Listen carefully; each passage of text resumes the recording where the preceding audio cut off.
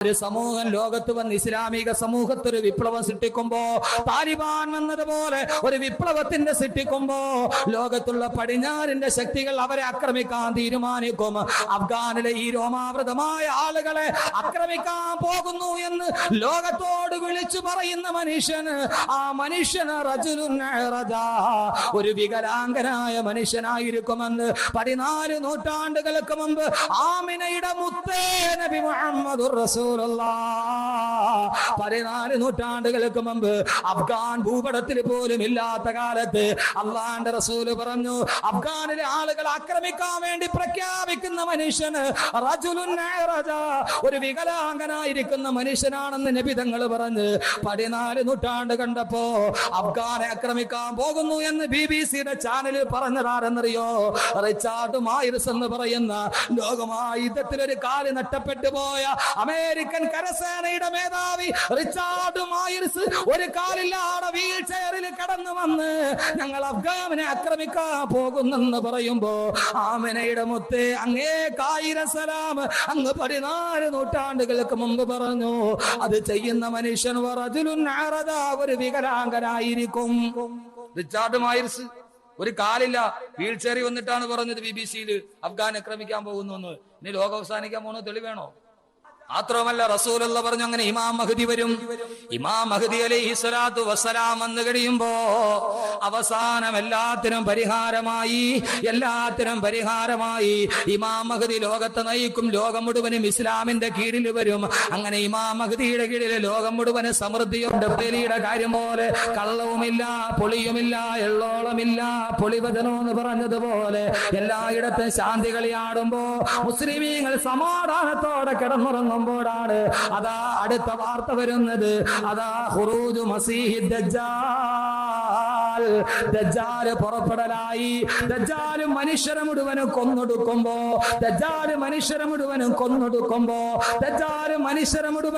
900,000 ജൂതന്മാര് ദജ്ജാലിന്റെ പുറകിൽ അണിനിരക്കും.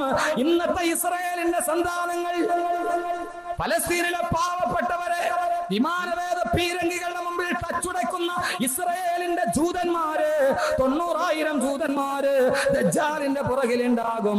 മുസ്ലിമീങ്ങളെ മുഴുവനും ദജ്ജാൽ മനുഷ്യരെ രണ്ടായിട്ട് കീറി കാണിക്കും. അത്രേ, രണ്ടായിട്ട് കീറിയിട്ട് വീണ്ടും ഒട്ടിച്ച് കാണിക്കും.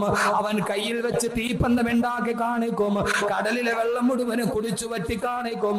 മുസ്ലിമീങ്ങളെ മുഴുവനെ കത്തിക്കരിച്ച് ചാമ്പലാക്കുമ്പോ മുസ്ലിമീങ്ങൾ ഇമാം മഹ്ദിയോട് പരാതി പറയുമ്പോ ഇമാം മഹ്ദി ദജ്ജാലിനെ നേരിടാൻ വേണ്ടി യാത്ര ചെയ്യും.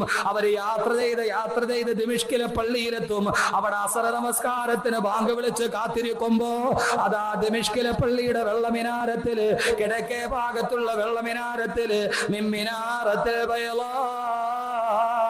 ദിമിഷ്കിലെ പള്ളിയിലെ വെള്ളമിനാരത്തില് അതാ ബഹുമാനപ്പെട്ട റൂഹുല്ലാഹി ഈസാ നബി അലൈഹി സ്വലാത്തു വസ്സലാം വന്നിറങ്ങുമെന്ന് നബി മുഹമ്മദുർ റസൂലുള്ളാഹ്. ഈസാ നബി വരും ദിമിഷ്കിലെ പള്ളത്തിലോ വെള്ളമിനാരത്തില്. അള്ളാഹുവിന്റെ റസൂൽ എന്ന് പറയുമ്പോൾ ദിമിഷ്കിൽ ഇസ്ലാം ചെന്നിട്ടുമില്ല, അങ്ങനെ ഒരു പള്ളിയില്ല, അതിനൊരു വെള്ളമിനാരവും ഇല്ല. പക്ഷെ ഇപ്പൊ അതിന് പള്ളിയുണ്ട്, വെള്ളമിനാരമുണ്ട്. കിഴക്കേ ഭാഗത്ത് വെള്ളമിനാരം, മിനാറത്തിൽ ബൈളാ. ഈസാ നബി വന്നിറങ്ങും, ഈസാ നബി ഭരിക്കും. അതിനുശേഷം യൗജൂജ് മൗജൂജ് വരും, ദാബത്തിൽ അടർന്ന് വരും, ജഹ്ജാ എന്ന് പറയുന്ന ഒരു ഭരണാധികാരി വരും. ഈസാ നബി അലൈഹി സ്വലാത്തു വസ്സലാം വഫാത്താകും.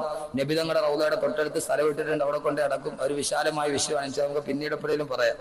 അത് പറഞ്ഞു തന്നാൽ നാളെ കഴിഞ്ഞും തീരൂല. ഏറ്റവും അവസാനം, ലോകാവസാനത്തിന്റെ ഏറ്റവും അവസാനത്തെ അടയാളം എന്താ? ഒരു സൂര്യഗ്രഹണം ഉണ്ടാവും. ലോകാവസാനത്തിന്റെ ഏറ്റവും അവസാനത്തിന് തൊട്ടുമുമ്പുള്ള അടയാളം ഒരു സൂര്യഗ്രഹണം ഉണ്ടാവും. ഇപ്പൊ ഒരു സൂര്യഗ്രഹണം നടന്നില്ലേ? ഉച്ചയ്ക്ക് രാത്രിയായി, പേടിച്ച് വിറച്ചു നിന്ന്. മണക്കാട് ഞാൻ ജുമയ്ക്ക് സൂര്യഗ്രഹണം പറഞ്ഞപ്പോ പിറ്റേ ആഴ്ച വേണം പൊന്നുസ്താങ്ങൾ വല്ലാതെ പേടിപ്പിച്ചോളഞ്ഞു. ഞാൻ പേടിപ്പിച്ചിട്ട് അള്ള പറഞ്ഞല്ല, സൂര്യഗ്രഹണം മനുഷ്യരെ പേടിപ്പിക്കാൻ വേണ്ടി അള്ള വെച്ചിരിക്കുകയാണ്. കിയാമത്താൾ മുമ്പ് ഒരു സൂര്യഗ്രഹണം ഉണ്ടാവും. ഒരു രാത്രി ജനങ്ങൾ ഇശാ നിസ്കാരമൊക്കെ കഴിഞ്ഞ് കിടന്നുറങ്ങിയിട്ട് രാവിലെ നോക്കുമ്പോൾ സൂര്യനെ കാണാനില്ല. രാവിലെ സൂര്യൻ ഉദിക്കുന്നില്ല, കൂരിരുട്ട്, വെളിച്ചമില്ല. അന്ന് വെളിച്ചത്തിന് വേണ്ടി ഏതൊക്കെ സംവിധാനമുണ്ടോ, തീപ്പെട്ടി ഉരച്ചാൽ കത്തൂല, ലൈറ്റ് ഇട്ടാൽ തെളിയൂല. ബഹുമാനപ്പെട്ട റസൂലുള്ളാഹി സ്വല്ലല്ലാഹു അലൈഹി വസല്ലം പറഞ്ഞു, ജനങ്ങൾ വിശന്ന് കിടന്ന് കരഞ്ഞ് അവസാനം 72 ദിവസം കഴിഞ്ഞിട്ടാണ് സൂര്യൻ ഉദിക്കുന്നത്. ഉദിക്കുന്നത് എവിടെ നിന്നാ? പടിഞ്ഞാറ് നിന്ന്. അതേവരെ കിഴക്കുദിച്ച സൂര്യൻ പടിഞ്ഞാറ് നിന്ന് ഉദിക്കും. പടിഞ്ഞാറ് നിന്ന് സൂര്യൻ ഉദിച്ചാൽ അതോടെ തൗബയുടെ വാതിൽ അടക്കപ്പെട്ടു. ഇനി ആര് പറഞ്ഞാലും തൗബ സ്വീകരിക്കപ്പെടുകയില്ല. അങ്ങനെ ഇരിക്കുമ്പോഴാണ് ലോകാവസാനത്തിന്റെ ഏറ്റവും അവസാനത്തെ അടയാളം. അതെന്തറിയുമോ? കഅബാലയം പൊളിക്കപ്പെടുമെന്ന് നബി മുഹമ്മദ് റസൂലുള്ളാഹ്.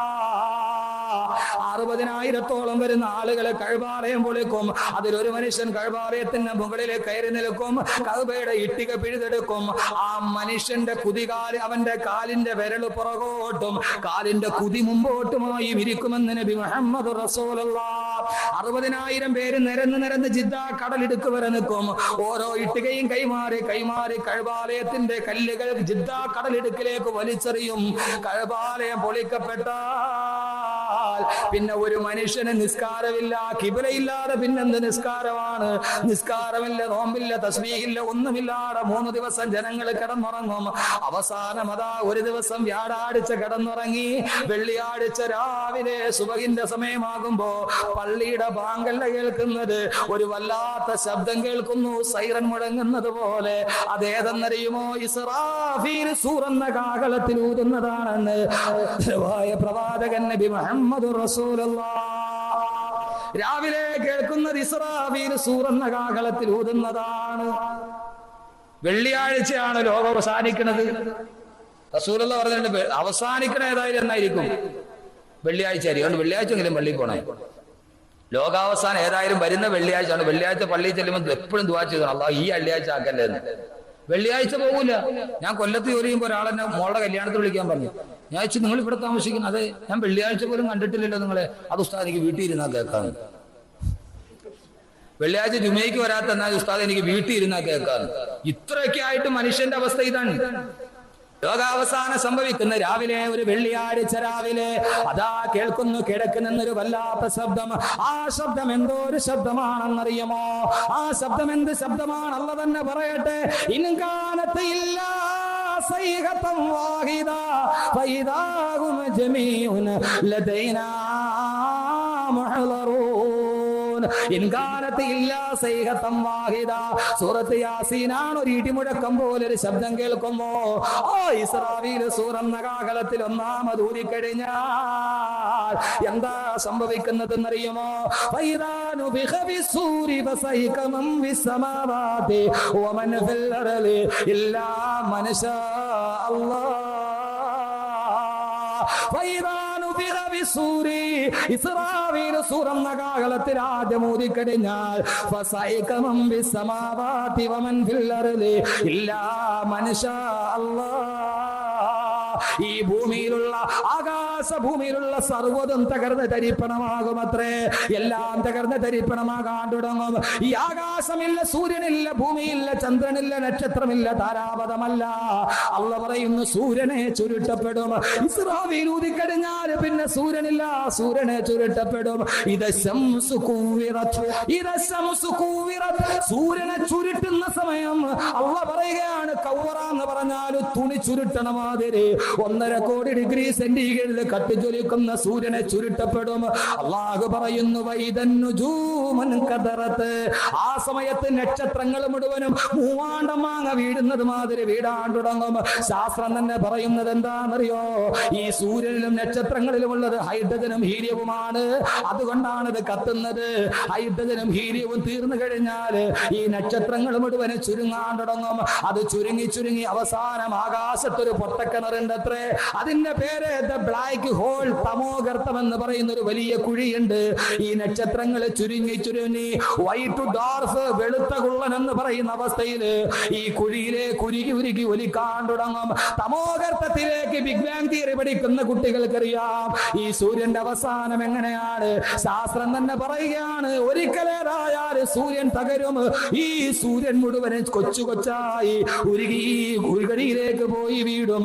ആ സൂര്യനും നക്ഷത്രങ്ങളും ഉരുകി ഒലിച്ചു വീടുന്ന ദ്രാവകമുണ്ടല്ലോ, അത് ഒരു സ്പൂണിൽ കോരിയെടുത്തിട്ട് അത് കൊണ്ടുവന്ന് തൂക്കി നോക്കിയാൽ ആ ഒരു സ്പൂൺ ദ്രാവകത്തിന് 1000 ടൺ ഭാരമുണ്ടാകുമെന്ന് ശാസ്ത്രലോകം പറയുമ്പോ അല്ലാഹു 14 നൂറ്റാണ്ടുകൾക്ക് മുമ്പ് പറയുകയാ.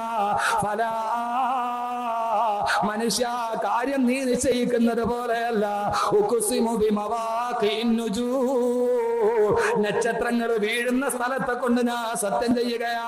അള്ളാഹ് പറയുന്ന നക്ഷത്രം പോയി വീഴുന്ന ഒരു ഗുഹയുണ്ടെന്ന് ഖുർആൻ സൂറത്തുൽ വാഖയിൽ പറയുമ്പോ സൂര്യൻ തകരും, നക്ഷത്രം തകരും.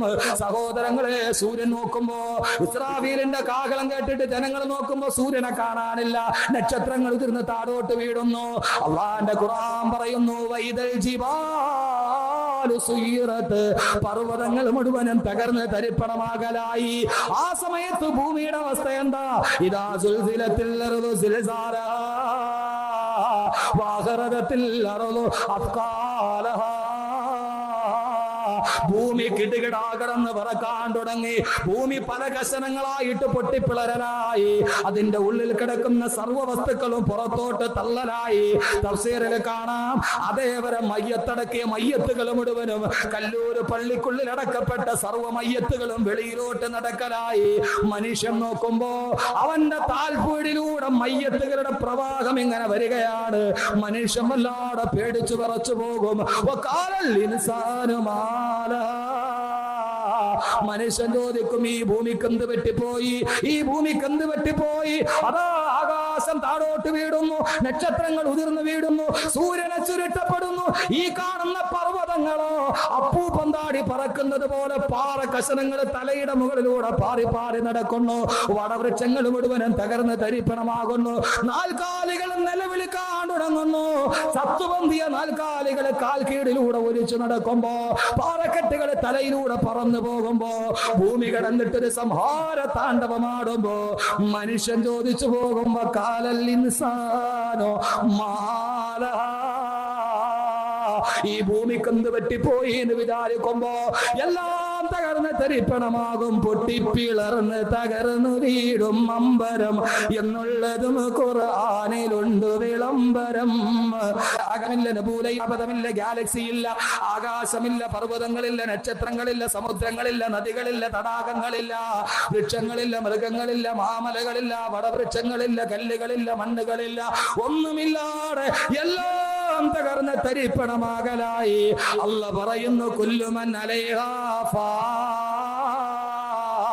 വയബ്ഖാ വജ്ഹു റബ്ബിക ദുൽ ജലാലി വൽ ഇക്റാം വകുല്ലുമൻ അലൈഹാ ഫാൻ, എല്ലാം തകർന്ന് തരിപ്പണമായി. വയബ്ഖാ വജ്ഹു റബ്ബിക ദുൽ ജലാലി വൽ ഇക്റാം, മാന്യനും പ്രതാപവാനുമായ അല്ലാഹു മാത്രം ബാക്കിയായി. എല്ലാം മരിച്ചു, എല്ലാം മരിച്ചു. മാന്യനും പ്രതാപവാനുമായ അല്ലാഹു മാത്രം ബാക്കിയായി. വേറെ ആരുമില്ല. എല്ലാം ഭൂലോകത്ത് പിന്നെ ഒരു സാധനവും ഇല്ല. സഹോദരങ്ങളെല്ലാം മരിക്കും. ജിബ്രീൽ മരിക്കും, ഇസ്രാഫീൽ മരിക്കും, മീകായിൽ മരിക്കും, മലക്കുകൾ മരിക്കും. അല്ലാഹ് മാത്രം, വേറെ ഒന്നുമില്ല. ഇനി ഇൻഷാ അല്ലാഹ് നാലാമത്തെ ലോകം. സാധാരണ സ്കൂളിൽ കുട്ടികൾ പഠിപ്പിക്കുമ്പോൾ സാധാരണ പറയുന്ന ഇംഗ്ലീഷ് പഠിപ്പിക്കുമ്പോൾ ആദ്യം പറയുന്ന ഫുൾ വാക്കാണ് the Columbus discovered America. Columbus ആണ് അമേരിക്ക കണ്ടുപിടിച്ചത്. കൊളംബസ് അമേരിക്ക കണ്ടുപിടിക്കുന്നതിന് മുമ്പ് ലോകത്തിലെ ഏറ്റവും വലിയ സാമ്രാജ്യം എന്ന് അഹങ്കരിച്ചിരുന്നത് സ്പെയിൻ രാജവംശമായിരുന്നു. സ്പെയിനാണ് ലോകത്തിന്റെ അതിർത്തി എന്നൊരു ധാരണ സ്പെയിൻ രാജവംശത്തിനുണ്ടായിരുന്നു. അതുകൊണ്ട് തന്നെ സ്പെയിൻ രാജവംശത്തിന്റെ രാജമുദ്ര ഹെർക്കുലിയൻ സ്തംഭങ്ങളും അതിന്റെ താഴെ സ്പാനിഷ് ഭാഷയിൽ നെ പ്ലസ് അൾട്ര എന്ന് എഴുതി വെച്ചിട്ടുണ്ട്. അതിന്റെ അർത്ഥം ഇനി അങ്ങോട്ട് ഒന്നുമില്ല എന്നാണ്. ആ രാജവംശത്തിന്റെ മുദ്ര തന്നെ അങ്ങനെയായിരുന്നു 16-ാം നൂറ്റാണ്ടിൽ.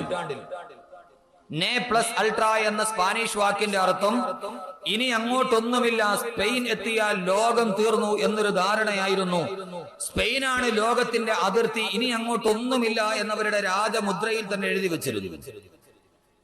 അതിനുശേഷം കൊളംബസ് അമേരിക്ക കണ്ടുപിടിച്ചപ്പോ ലോകത്ത് ഇനിയും വളരെയേറെ കണ്ടുപിടിക്കാനും കാണാനുമുണ്ട് എന്ന് ബോധ്യമായപ്പോ സ്പാനിഷ് രാജവംശം നിലപാട് മാറ്റുകയും നെ പ്ലസ് അൾട്ര എന്ന് എഴുതിയതിൽ നിന്ന് നെ എന്ന് പറയുന്ന വാക്ക് വെട്ടിക്കഴിഞ്ഞു, പ്ലസ് അൾട്ര എന്നാക്കി. അതിന്റെ അർത്ഥം ഇനിയും പലതും അറിയാനുണ്ട് എന്നാണ്. ഇനി ഒന്നുമില്ല എന്ന് പറഞ്ഞവർ ഇനിയും പലതും അറിയാനുണ്ട് എന്ന് പറഞ്ഞ സ്പാനിഷ് രാജവംശത്തിന്റെ കഥ ചരിത്രത്തിൽ കാണാം. ഞാൻ പറഞ്ഞത് ഒരു കാലഘട്ടത്തിൽ മനുഷ്യൻ അവന്റെ വിവരം, അവന്റെ അറിവ്, ലോകത്തെക്കുറിച്ചുള്ള മുഴുവൻ അറിവുകളും ഞങ്ങൾ കരസ്ഥമാക്കി എന്ന ഒരു മിഥ്യമായ ധാരണയിലായിരുന്നു. കൊളംബസ് അമേരിക്ക കണ്ടുപിടിച്ചതോടുകൂടിയാണ് ആ ധാരണയിൽ നിന്ന് ഒരു രാജകുടുംബം തന്നെ മാറിയത് എന്ന് ചരിത്രത്തിൽ കാണുമ്പോ പഠിക്കും തോറും ഏറെ അറിയുകയും അറിയും തോറും ഇനിയും അറിയാത്തതേറെയുണ്ട് എന്നറിയുകയും ചെയ്യുന്ന ലോകത്തിൽ ഏകനായ തമ്പുരാൻ മനുഷ്യന് നൽകിയ ഏറ്റവും പ്രധാനപ്പെട്ട ഒന്നാണ് അറിവ് എന്ന് പറയുന്നത്. ആ അറിവിലൂടെയാണ് മനുഷ്യൻ പുരോഗതി പ്രാപിച്ചത്. ലോകത്ത് എല്ലാ മനുഷ്യർക്കും അല്ലാഹു സുബ്ഹാനഹു വ തആല ലോകത്ത് 6 കോടിയോളം വരുന്ന ജീവജാലങ്ങളെ സൃഷ്ടിച്ചിട്ടുണ്ട്. ആ ജീവജാലങ്ങളിൽ 5,99,99,999 ജീവിവർഗങ്ങൾക്കും ഇല്ലാത്ത ഒരേ ഒരു സംവിധാനം അള്ളാഹു മനുഷ്യൻ എന്ന് പറയുന്നവന്റെ ഒരു സൃഷ്ടിക്ക് കൊടുത്തിട്ടുണ്ട്. അത് അറിവാണ്, പഞ്ചേന്ദ്രിയ പരിജ്ഞാനം. അതുകൊണ്ട് തന്നെ ലോകത്ത് പുരോഗതി അവകാശപ്പെടുന്നത് മനുഷ്യന് മാത്രമാണ്. ലോകത്തിലെ ആദ്യത്തെ കാക്ക എങ്ങനെയാണോ കൂടുണ്ടാക്കിയത്, അതുപോലെ തന്നെയാണ് ഇന്നത്തെ കാക്കയും കൂടുണ്ടാക്കുന്നത്. കാക്ക വൃദ്ധ്യമാറി പരീക്ഷിച്ചിട്ടില്ല. ലോകത്തിലെ ആദ്യത്തെ പശു എങ്ങനെയാണോ പുല്ല് തിന്നത്, അതേപോലെയാണ് 21ാം നൂറ്റാണ്ടിലെ പശുവും പുല്ല് തിന്നുന്നത്. ലോകത്തിലെ ആദ്യത്തെ നായ എങ്ങനെയാണോ വെള്ളം കുടിച്ചത്, അതുപോലെ തന്നെ നക്കിയാണ് ഇന്നും നായ വെള്ളം കുടിക്കുന്നത്. ഏറ്റവും വലിയ ശാസ്ത്രജ്ഞന്റെ വീട്ടിൽ അവന്റെ തൊടലിൽ കിടക്കുന്ന പട്ടി പോലെ ശാസ്ത്രജ്ഞന്റെ അടുത്ത് കിടന്നത് കൊണ്ട് അവൻ ഇനി മുതൽ ഞാൻ ഡൈനിങ് ടേബിളിൽ ഇരുന്നേ കുടിക്കൂ എന്ന് പട്ടി തീരുമാനിച്ചിട്ടില്ല. ലോകത്തെല്ലാ നായയും ആദ്യം എങ്ങനെയായിരുന്നോ അങ്ങനെയാണ്. കുരുവി എങ്ങനെയാണോ കൂടുണ്ടാക്കിയത്, അതുപോലെയാണ് ഇന്നത്തെ കുരുവിയും കൂടുണ്ടാക്കിയത്. ലോകത്തിലെ ആദ്യത്തെ ആന മനുഷ്യനേക്കാൾ 10 ഇരട്ടി വലിപ്പമുണ്ടായിട്ടും അതെങ്ങനെയാണോ അതിന്റെ ഭക്ഷണം ഒടിച്ചു തിന്നത്, അതുപോലെ തന്നെയാണ് ഇന്നും ആനകൾ ഭക്ഷണം കഴിക്കുന്നത്. ലോകത്തുള്ള എല്ലാ വസ്തുക്കളും, പാമ്പുകൾ എങ്ങനെയാണോ സഞ്ചരിച്ചത്, അതേപോലെയാണ് ഇന്നും സഞ്ചരിക്കുക. ഇതിനെല്ലാം മാറ്റമുണ്ടായത് മനുഷ്യന് മാത്രമാണ്. ആദ്യത്തെ മനുഷ്യൻ ഭക്ഷണം കഴിച്ചതുപോലെയല്ല ഇന്നത്തെ മനുഷ്യൻ ഭക്ഷണം കഴിക്കുക. ആദ്യം മനുഷ്യൻ വസ്ത്രമെടുത്തതുപോലെയല്ല ഇന്ന് വസ്ത്രമെടുക്കുക. ആദ്യം മനുഷ്യൻ വസ്ത്രം ഉടുക്കാത്തവനായിരുന്നു. കുറച്ചുകൂടി പുരോഗതി പ്രാപിച്ചപ്പോൾ അവൻ മരത്തിന്റെ തോലെടുത്ത് നഗ്നത മറക്കാൻ തുടങ്ങി. പിന്നീട് അവൻ സ്വന്തം കൈകൾ കൊണ്ട് തുന്നിയുണ്ടാക്കുന്ന വസ്ത്രമാക്കി. മരത്തിന്റെ ഇലകൾ അവന്റെ വസ്ത്രമാക്കി. പിന്നീട് തുന്നുന്ന വസ്ത്രങ്ങളായി. ഏറ്റവും അവസാനം 80 ലക്ഷം രൂപ വിലയുള്ള ഷർട്ട് പോലും ഇടാൻ മനുഷ്യൻ അവന്റെ പുരോഗതിയിലേക്ക് കടന്നു കളഞ്ഞു. ആദ്യത്തെ മനുഷ്യൻ തീയുണ്ടാക്കിയത് കല്ലുകൾ ഉരസിയിട്ടാണ്. വീണ്ടും അവൻ തീപ്പെട്ടി കണ്ടുപിടിച്ചു. പിന്നീട് അവൻ ഗ്യാസ് കണ്ടുപിടിച്ചു. ഇപ്പോൾ അന്തരീക്ഷത്തിൽ നിന്ന് പോലും തീയുണ്ടാക്കാൻ മനുഷ്യൻ കണ്ടുപിടിച്ചുകൊണ്ടേയിരിക്കുകയാണ്. ആദ്യത്തെ മനുഷ്യൻ വീടുണ്ടാക്കിയതുപോലെ ഇലകൾ ഒടിച്ചു വെച്ചിട്ടല്ല മനുഷ്യൻ വീടുണ്ടാക്കുന്നത്. അതെല്ലാം മാറി. ഇലകൾ കൊണ്ട് വീടുണ്ടാക്കിയത് മാറി. കമ്പുകൾ ചാച്ചുവെച്ച വീടുകൾ മാറി. മൺകട്ടകൾ പിടിച്ചുണ്ടാക്കിയ വീടുകൾ മാറി. ചെളി കൊണ്ടുണ്ടാക്കിയ വീടുകൾ മാറി. അവസാനം സിമന്റും കട്ടയും ഒന്നുമില്ലാതെ നാഷണൽ ഹൈവേയിലൂടെ ബൈപ്പാസിലൂടെ പോയാൽ കാണുന്ന ഷിപ്പിന്റെ മാകതിലുള്ള ഇൻഫോ പാർക്ക് പോലെ കൊണ്ടുപോയി വെക്കാൻ കഴിഞ്ഞിട്ട് ഭൂകമ്പമുണ്ടായാൽ എടുത്തുകൊണ്ടു പോകാൻ കഴിയുന്ന സാമഗ്രികൾ കൊണ്ട് വീടുണ്ടാക്കാൻ മനുഷ്യൻ പഠിച്ചു. പുരോഗതി എന്ന് പറയുന്നത് അത് മനുഷ്യന് മാത്രമേ ലോകത്തുള്ളൂ. വേറെ ആർക്കും പുരോഗതിയില്ല. ആ പുരോഗതിയുടെ ഒരേ ഒരു അടിസ്ഥാനം അവന്റെ വിജ്ഞാനമാണ്, അറിവ്. ബാക്കി എല്ലാവർക്കും അറിവുണ്ട്, പക്ഷെ അറിവ് അവനെ പുരോഗതിയിലേക്ക് നടക്കുന്നില്ല.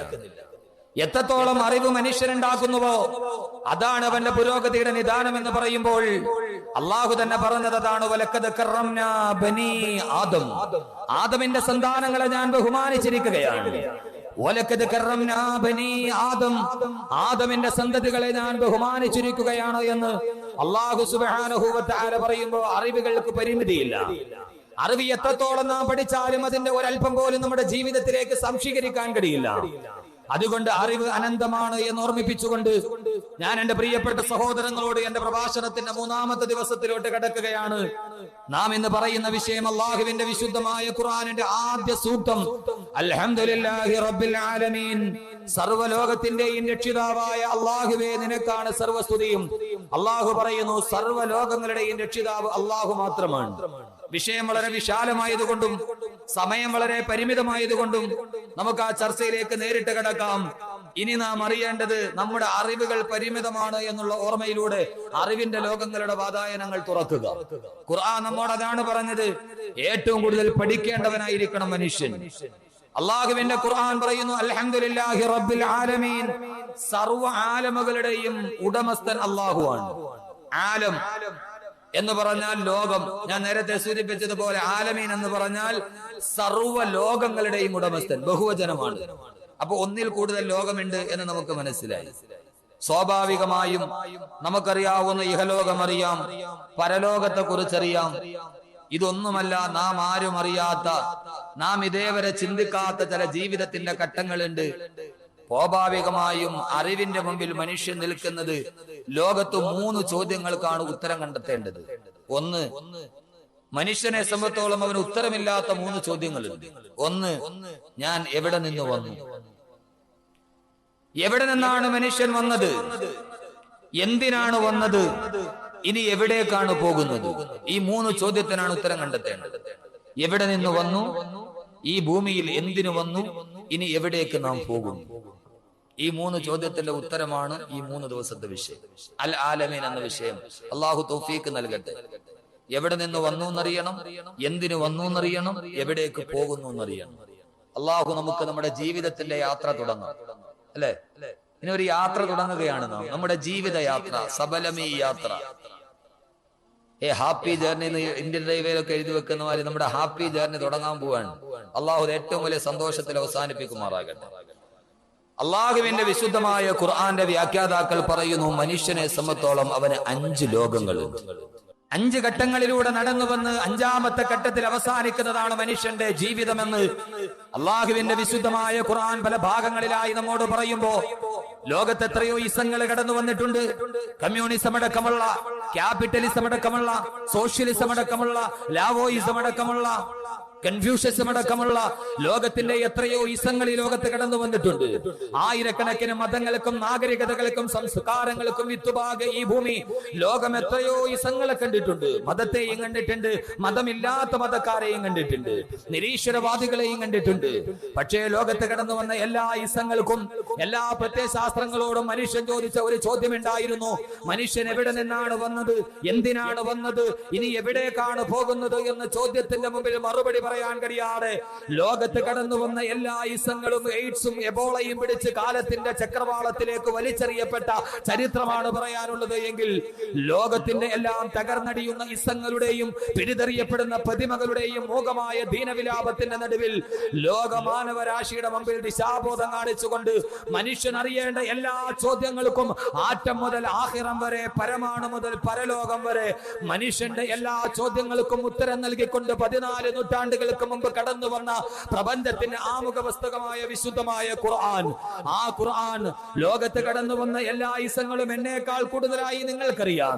കമ്മ്യൂണിസം ഉണ്ടായിരുന്നു, ക്യാപിറ്റലിസം ഉണ്ടായിരുന്നു, സോഷ്യലിസം ഉണ്ടായിരുന്നു, ജൈനന്റെ ബുദ്ധമഹാവീരന്റെ ബുദ്ധമതം ഉണ്ടായിരുന്നു, വർദ്ധമാന മഹാവീരന്റെ ജൈനമതം ഉണ്ടായിരുന്നു.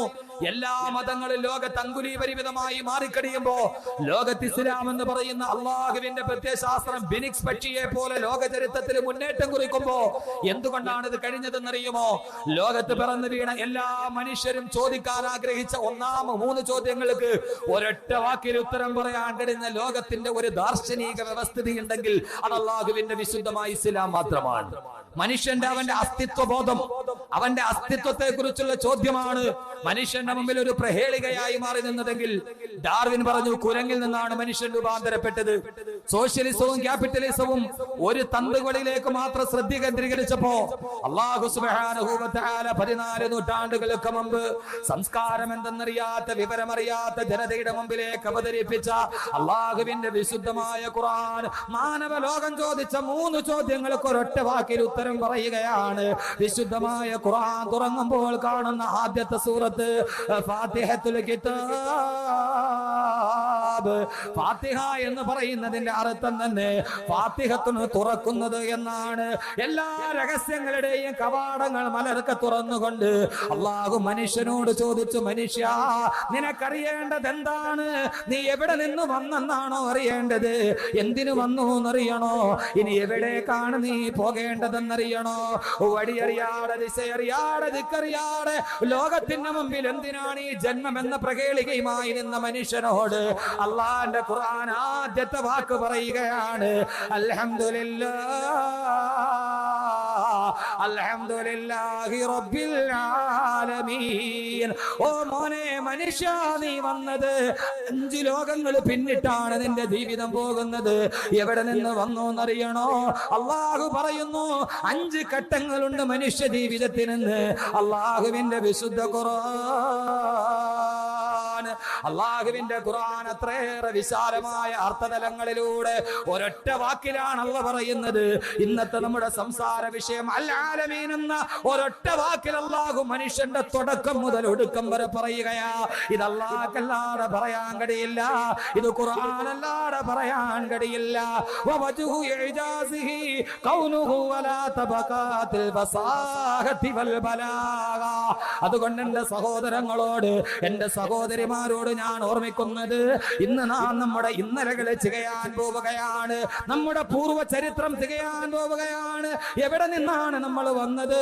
എന്തിനാണ് ഈ ഭൂമിയിൽ നാം ഒരു മനുഷ്യനായി പിറന്നത്? അതുകൊണ്ട് ശ്രദ്ധയോടെ ഈ വിഷയം ഗ്രഹിക്കണേ എന്നുള്ള ചിന്തയോടെ അള്ളാഹു നമുക്ക് ദിശാബോധം നൽകി അനുഗ്രഹിക്കുമാറാകട്ടെ. എവിടേക്കാണ് പോകേണ്ടതെന്നുള്ള ലക്ഷ്യമറിയണം നാം. ലക്ഷ്യമറിയാതെ പോയാൽ നമ്മുടെ ജീവിതം സഫലമാവില്ല. അതുകൊണ്ടാണ് അള്ളാഹു പറഞ്ഞത് അൽഹംദുലില്ലാഹി റബ്ബിൽ ആലമീൻ.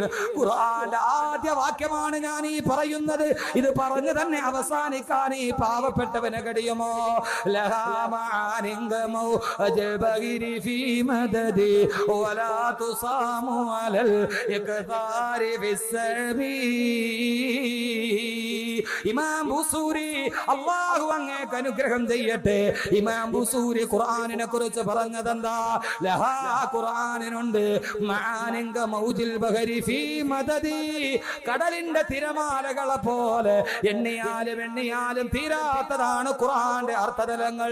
ഒരു തിരമാല വന്ന് തീർന്നു എന്ന് നോക്കിയാൽ അടുത്ത തിരമാല അതിനേക്കാൾ വലുതായിട്ട് കടലിൽ ഒരിക്കും തിരമാല നിൽക്കാത്തത് പോലെ തിരമാല പോലെ പടർന്ന് കിടക്കുന്നതാണ് അള്ളാന്റെ ഖുർആൻ എന്ന് ഇമാം ബുസൂരി പറയുമ്പോ, ആ ഖുർആനിന്റെ ഒരു വാക്യത്തിന് അർത്ഥം പറയാൻ പരിമിതമായ അറിവ് കൊണ്ട് ശ്രമിക്കുന്ന വിനീതനായ അഹമ്മദ് കബീർ ബാക്കവി, എന്റെ സഹോദരങ്ങളെ, പേരിന് നീളമുണ്ടെങ്കിലും അറിവിന് നീളമില്ലാത്ത, ഒട്ടും തന്നെ അറിവിന്റെ ഒരു തന്ത് പോലും കടന്നു ചെന്നിട്ടില്ലാത്ത ഈ പാവപ്പെട്ടവന് സർവസ്തുതിയും അള്ളാഹുവിനാകുന്നു എന്ന് പറഞ്ഞ് ചർച്ച ചെയ്യുമ്പോ, ഖുർആൻ എന്ന് പറഞ്ഞാൽ അലറിയടിക്കുന്ന മഹാസാഗരം പോലെയാണ്.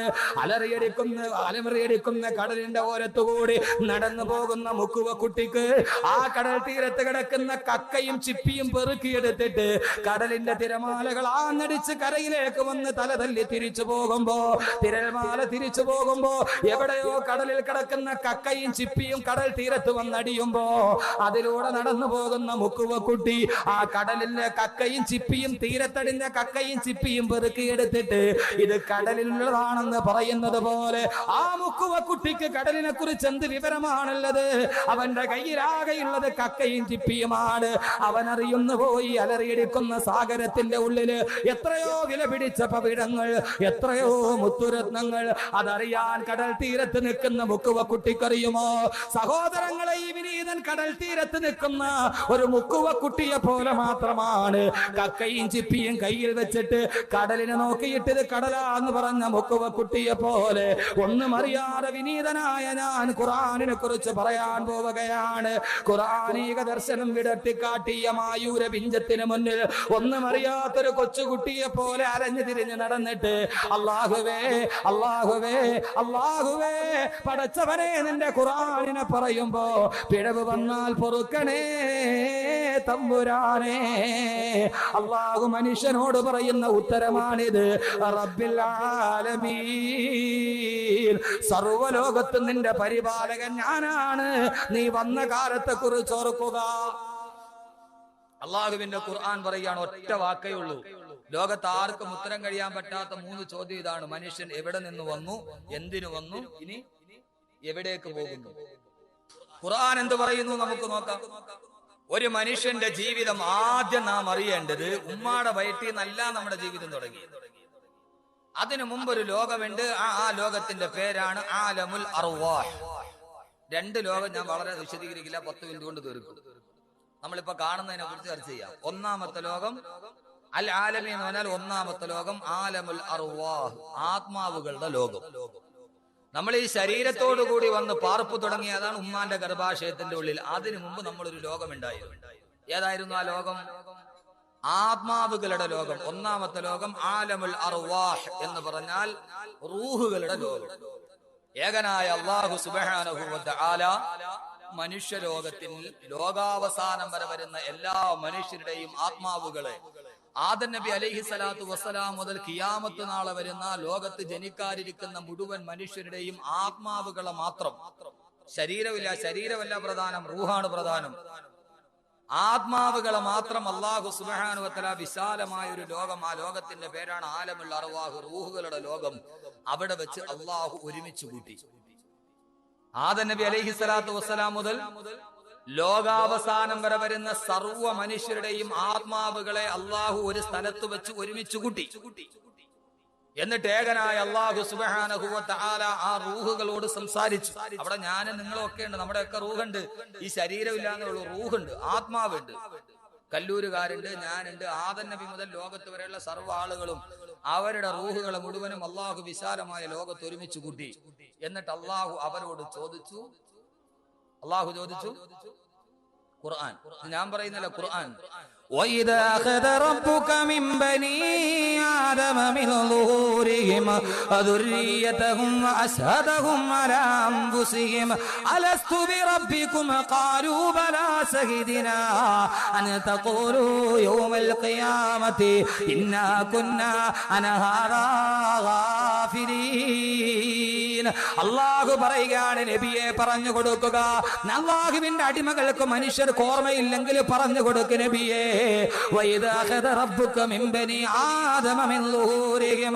ആദം നബി അലൈഹി സ്വലാത്തു വസ്സലാമിന്റെ മുതുകിൽ നിന്ന് അല്ലാഹു ലോകാവസാനം വരെ വരുന്ന മനുഷ്യരുടെ ആത്മാവുകളെ മുഴുവനും പുറപ്പെടുവിച്ചു അത്രേ. എന്നിട്ട് അല്ലാഹു ആത്മാവുകളുടെ ഒരു ലോകമുണ്ടാക്കിയത്രേ. ആ ലോകമാണ് മനുഷ്യ നിന്റെ ജീവിതത്തിന്റെ തുടക്കം. ആലമുൽ അർവാഹ്, ലോകത്തിൽ മനുഷ്യന്റെ ജീവിതത്തിന്റെ തുടക്കം ആലമുൽ അർവാഹിലാണ്. ഇതാണ് ഒന്നാമത്തെ ലോകം. മനസ്സിലായോ? ഇനി രണ്ടാമത്തെ ലോകം ആലമുൽ അർഹാം. ആലമുൽ അർവാഹിൽ വേറെ കുറെ സംഭവങ്ങളൊക്കെ നടന്നിട്ടുണ്ട്. ആ ലോകമാണ് രണ്ടാമത്തെ ലോകം. അല്ലാഹുവിന്റെ ഖുർആൻ പറയുന്നു, ആലമുൽ അർഹാം, നിന്റെ ജീവിതത്തിന്റെ ഒന്നാമത്തെ ലോകം ആലമുൽ അർവാഹാണ്. അവിടെ നിന്ന് നിന്റെ എല്ലാ ആത്മാവുകളെയും അല്ലാഹു വീണ്ടും ആദം നബിയുടെ മുതുകിലേക്ക് മടക്കി. എന്നിട്ട് അല്ലാഹു സുബ്ഹാനഹു വ തആല മനുഷ്യരെല്ലാം ആദം നബി അലൈഹി സ്വലാത്തു വസ്സലാമിന്റെ മുതുകിലേക്ക് വിട്ടുകിടഞ്ഞ് ഒരു മനുഷ്യൻ പിന്നീട് അല്ലാഹു വരികയാണ്. അല്ലാഹുവിനെ റബ്ബായിട്ട് അംഗീകരിച്ച നാം അംഗീകാരം അനുസരിച്ച് ജീവിക്കുന്നുണ്ടോ എന്ന് പരീക്ഷിക്കാനാണ് അല്ലാഹു രണ്ടാമത്തെ ലോകത്തേക്ക് നമ്മെ പറഞ്ഞു വിടുക. അല്ലാഹു പറയുന്ന, അതാ നീ ആലമുൽ അർഹാം, രണ്ടാമത്തെ ലോകം ആലമുൽ അർഹാമാണ്. അത് ഉമ്മാന്റെ ഗർഭാശയത്തിന്റെ ഉള്ളിൽ നീ താമസിക്കുന്ന ദിവസമാണ്. 9 മാസവും 10 ദിവസവും മാത്രം നിനക്ക് ആയുസുള്ള രണ്ടാമത്തെ ലോകം ആലമുൽ അർഹാം, ഉമ്മാന്റെ ഗർഭാശയ ലോകമാണ്. അൽഹംദുലില്ലാഹി റബ്ബിൽ ആലമീൻ. അൽ ആലമീൻ എന്ന് പറഞ്ഞാൽ അതിന്റെ അർത്ഥം ആലമുൽ അർവാഹിന്റെ റബ്ബ്, രണ്ടാമത്തേത് ആലമുൽ അർഹാമിന്റെ റബ്ബ്. ഇന്നലെ ഞാൻ ഇതിന്റെ ചില ഭാഗങ്ങൾ സൂചിപ്പിച്ചു കളഞ്ഞു. 9 മാസവും 10 ദിവസവും മാത്രം അമ്മാന്റെ ഗർഭാശയത്തിന്റെ ഉള്ളിൽ കിടക്കുന്ന ലോകമുണ്ടല്ലോ, ആ സമയത്ത് നമുക്ക് ആവശ്യമുള്ളതെല്ലാം ചെയ്തു തന്നത് അല്ലാഹുവാണ്. ഇന്നലെ നാം ആ വിഷയങ്ങൾ പറഞ്ഞു കഴിഞ്ഞു. അല്ലാഹുവിന്റെ ഖുർആൻ തന്നെ പറയട്ടെ, അല്ലാഹു പറയുകയാണ്, വലഖദ് ഖലഖനൽ ഇൻസാന മിൻ സുലാലത്തിൻ മിൻ തീൻ ثم جعلناه نطفة في قرار مكين.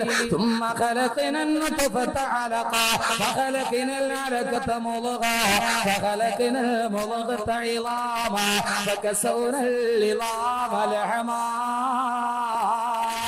ثم نسيناه خلقا آخر فتبارك الله أحسن الخالقين.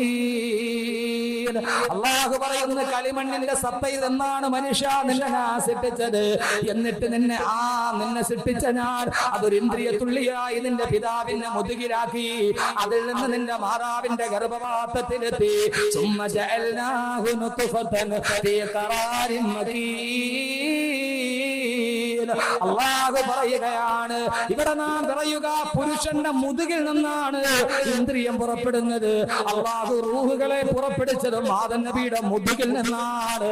ആ മുതുകിൽ നിന്ന് വന്ന് അത് ഉമ്മാന്റെ ഗർഭാശയത്തിൽ എത്തിക്കഴിയുമ്പോ അല്ലാഹു പറയുകയാണ്, നിന്റെ ആ ഇന്ദ്രിയ തുള്ളിയെ ഫജഅൽനാഹു ഫീ ഖറാരിൻ മക്കീൻ, ഒരു സുരക്ഷിതമായ സ്ഥാനത്ത് ഞാൻ നിക്ഷേപിച്ചു അത്രേ. അല്ലാഹു പറയുകയാണ്, പുരുഷന്റെ ആ ബീജത്തെ ഞാൻ ഫീ ഖറാരിൻ മക്കീൻ, സുരക്ഷിതമായ സ്ഥാനത്ത് നിക്ഷേപിച്ചു. ഏതാ സുരക്ഷിതമായ സ്ഥാനം? ഏതാ? ഉമ്മാന്റെ ഗർഭാശയത്തെ കുറിച്ച് അല്ലാഹു പറയുന്ന വാക്ക് ഗർഭാശയം എന്നല്ല, ഖറാറിൻ മക്കീൻ, സുരക്ഷിതമായ സ്ഥാനം എന്ന് പറഞ്ഞാൽ ആരെയും പേടിക്കാതെ നിനക്ക് കിടക്കാൻ പറ്റുന്ന ഒരു സ്ഥാനമാണ് ഉമ്മാന്റെ ഗർഭാശയം. അല്ലാഹു തന്നെ പറഞ്ഞത് സുരക്ഷിതമായ സ്ഥാനമാണെന്നാണ്. ആ അല്ലാഹു പറഞ്ഞ സുരക്ഷിത സ്ഥാനത്തെ അരക്ഷിതാവസ്ഥയിലാക്കിയവനല്ലേ മനുഷ്യൻ. എടാ, നീ ഒരു സിറിഞ്ചിനെയും പേടിക്കണ്ട.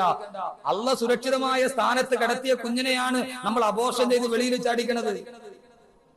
ശരിയാകുമോ? അല്ലാഹു പറഞ്ഞു സുരക്ഷിതമായ സ്ഥാനമാണത്. ആരുടെയും കൈകടത്തിലില്ലാത്ത ഫജഅൽനാഹു ഫീ ഖറാരിൻ മക്കീൻ. അല്ലാഹു ഗർഭപാത്രത്തെ കുറിച്ച് പറഞ്ഞത് അത് സുരക്ഷിതമായ ഒരു സ്ഥാനമാണ്. വീണ്ടും ഞാൻ തുടരട്ടെ സമയത്തിന്റെ പരിമിതി കൊണ്ട്. ثم خلقنا النطفة علقة, ആ ഇന്ദ്രിയത്തുള്ളി ഉമ്മാന്റെ ഗർഭാശയത്തിലെത്തിയാല് 40 ദിവസം കഴിയുമ്പോ അലക്കത്തെ ഞാനതിനെ ഒരു രക്തപിണ്ഡമാക്കും.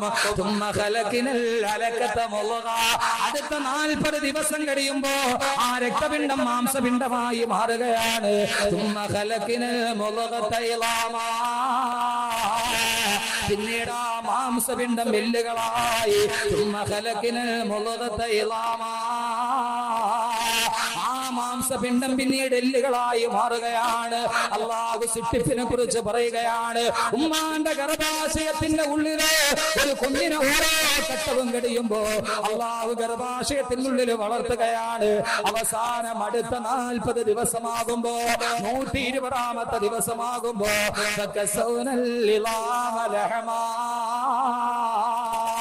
അല്ലാഹു ആ എല്ലുകളുടെ മുകളിൽ മാംസം പൊതിഞ്ഞ് അല്ലാഹു പറയുന്നു 120 വയസ്സാകുമ്പോ ഉമ്മാന്റെ ഗർഭാശയത്തിൽ ഒരു കുഞ്ഞിന് 4 മാസം പ്രായമായി കഴിയുമ്പോ ഞാൻ ആ എല്ലിന്റെ മുകളിൽ മാംസം വെച്ചിട്ട് തൊലി കൊണ്ട് പൊതിയുകയാണ്.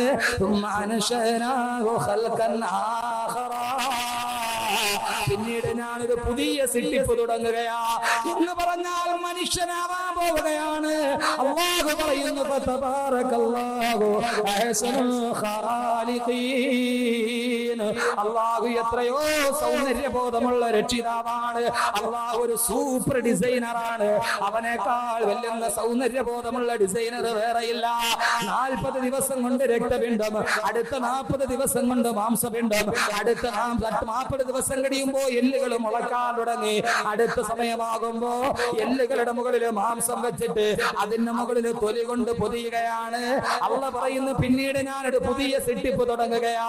എന്താ പുതിയ സൃഷ്ടിപ്പ് തുടങ്ങുന്നതെന്നറിയുമോ? അല്ലാഹുവിന്റെ റസൂല് പറഞ്ഞു, ഉമ്മാന്റെ ഗർഭാശയത്തിൽ ഒരു കുഞ്ഞിന് ആലമുൽ അർഹാം എന്ന 2ാമത്തെ ലോകത്ത് നടക്കുന്ന സംഭവമാണ് പറയുന്നത്. അല്ലാഹു ഒരു മലക്കിനെ പറഞ്ഞു വിടും. ഇമാം ബുഖാരി ഉദ്ധരിക്കുന്ന സഹീഹായ ഹദീസാണ്. അല്ലാഹു സുബ്ഹാനഹു വ തആല മാതാവിന്റെ ഗർഭാശയത്തിൽ കിടക്കുന്ന കുഞ്ഞിന്റെ അടുക്കലേക്ക് അല്ലാഹു ഒരു മാലാഖയെ പറഞ്ഞു വിടുമത്രേ.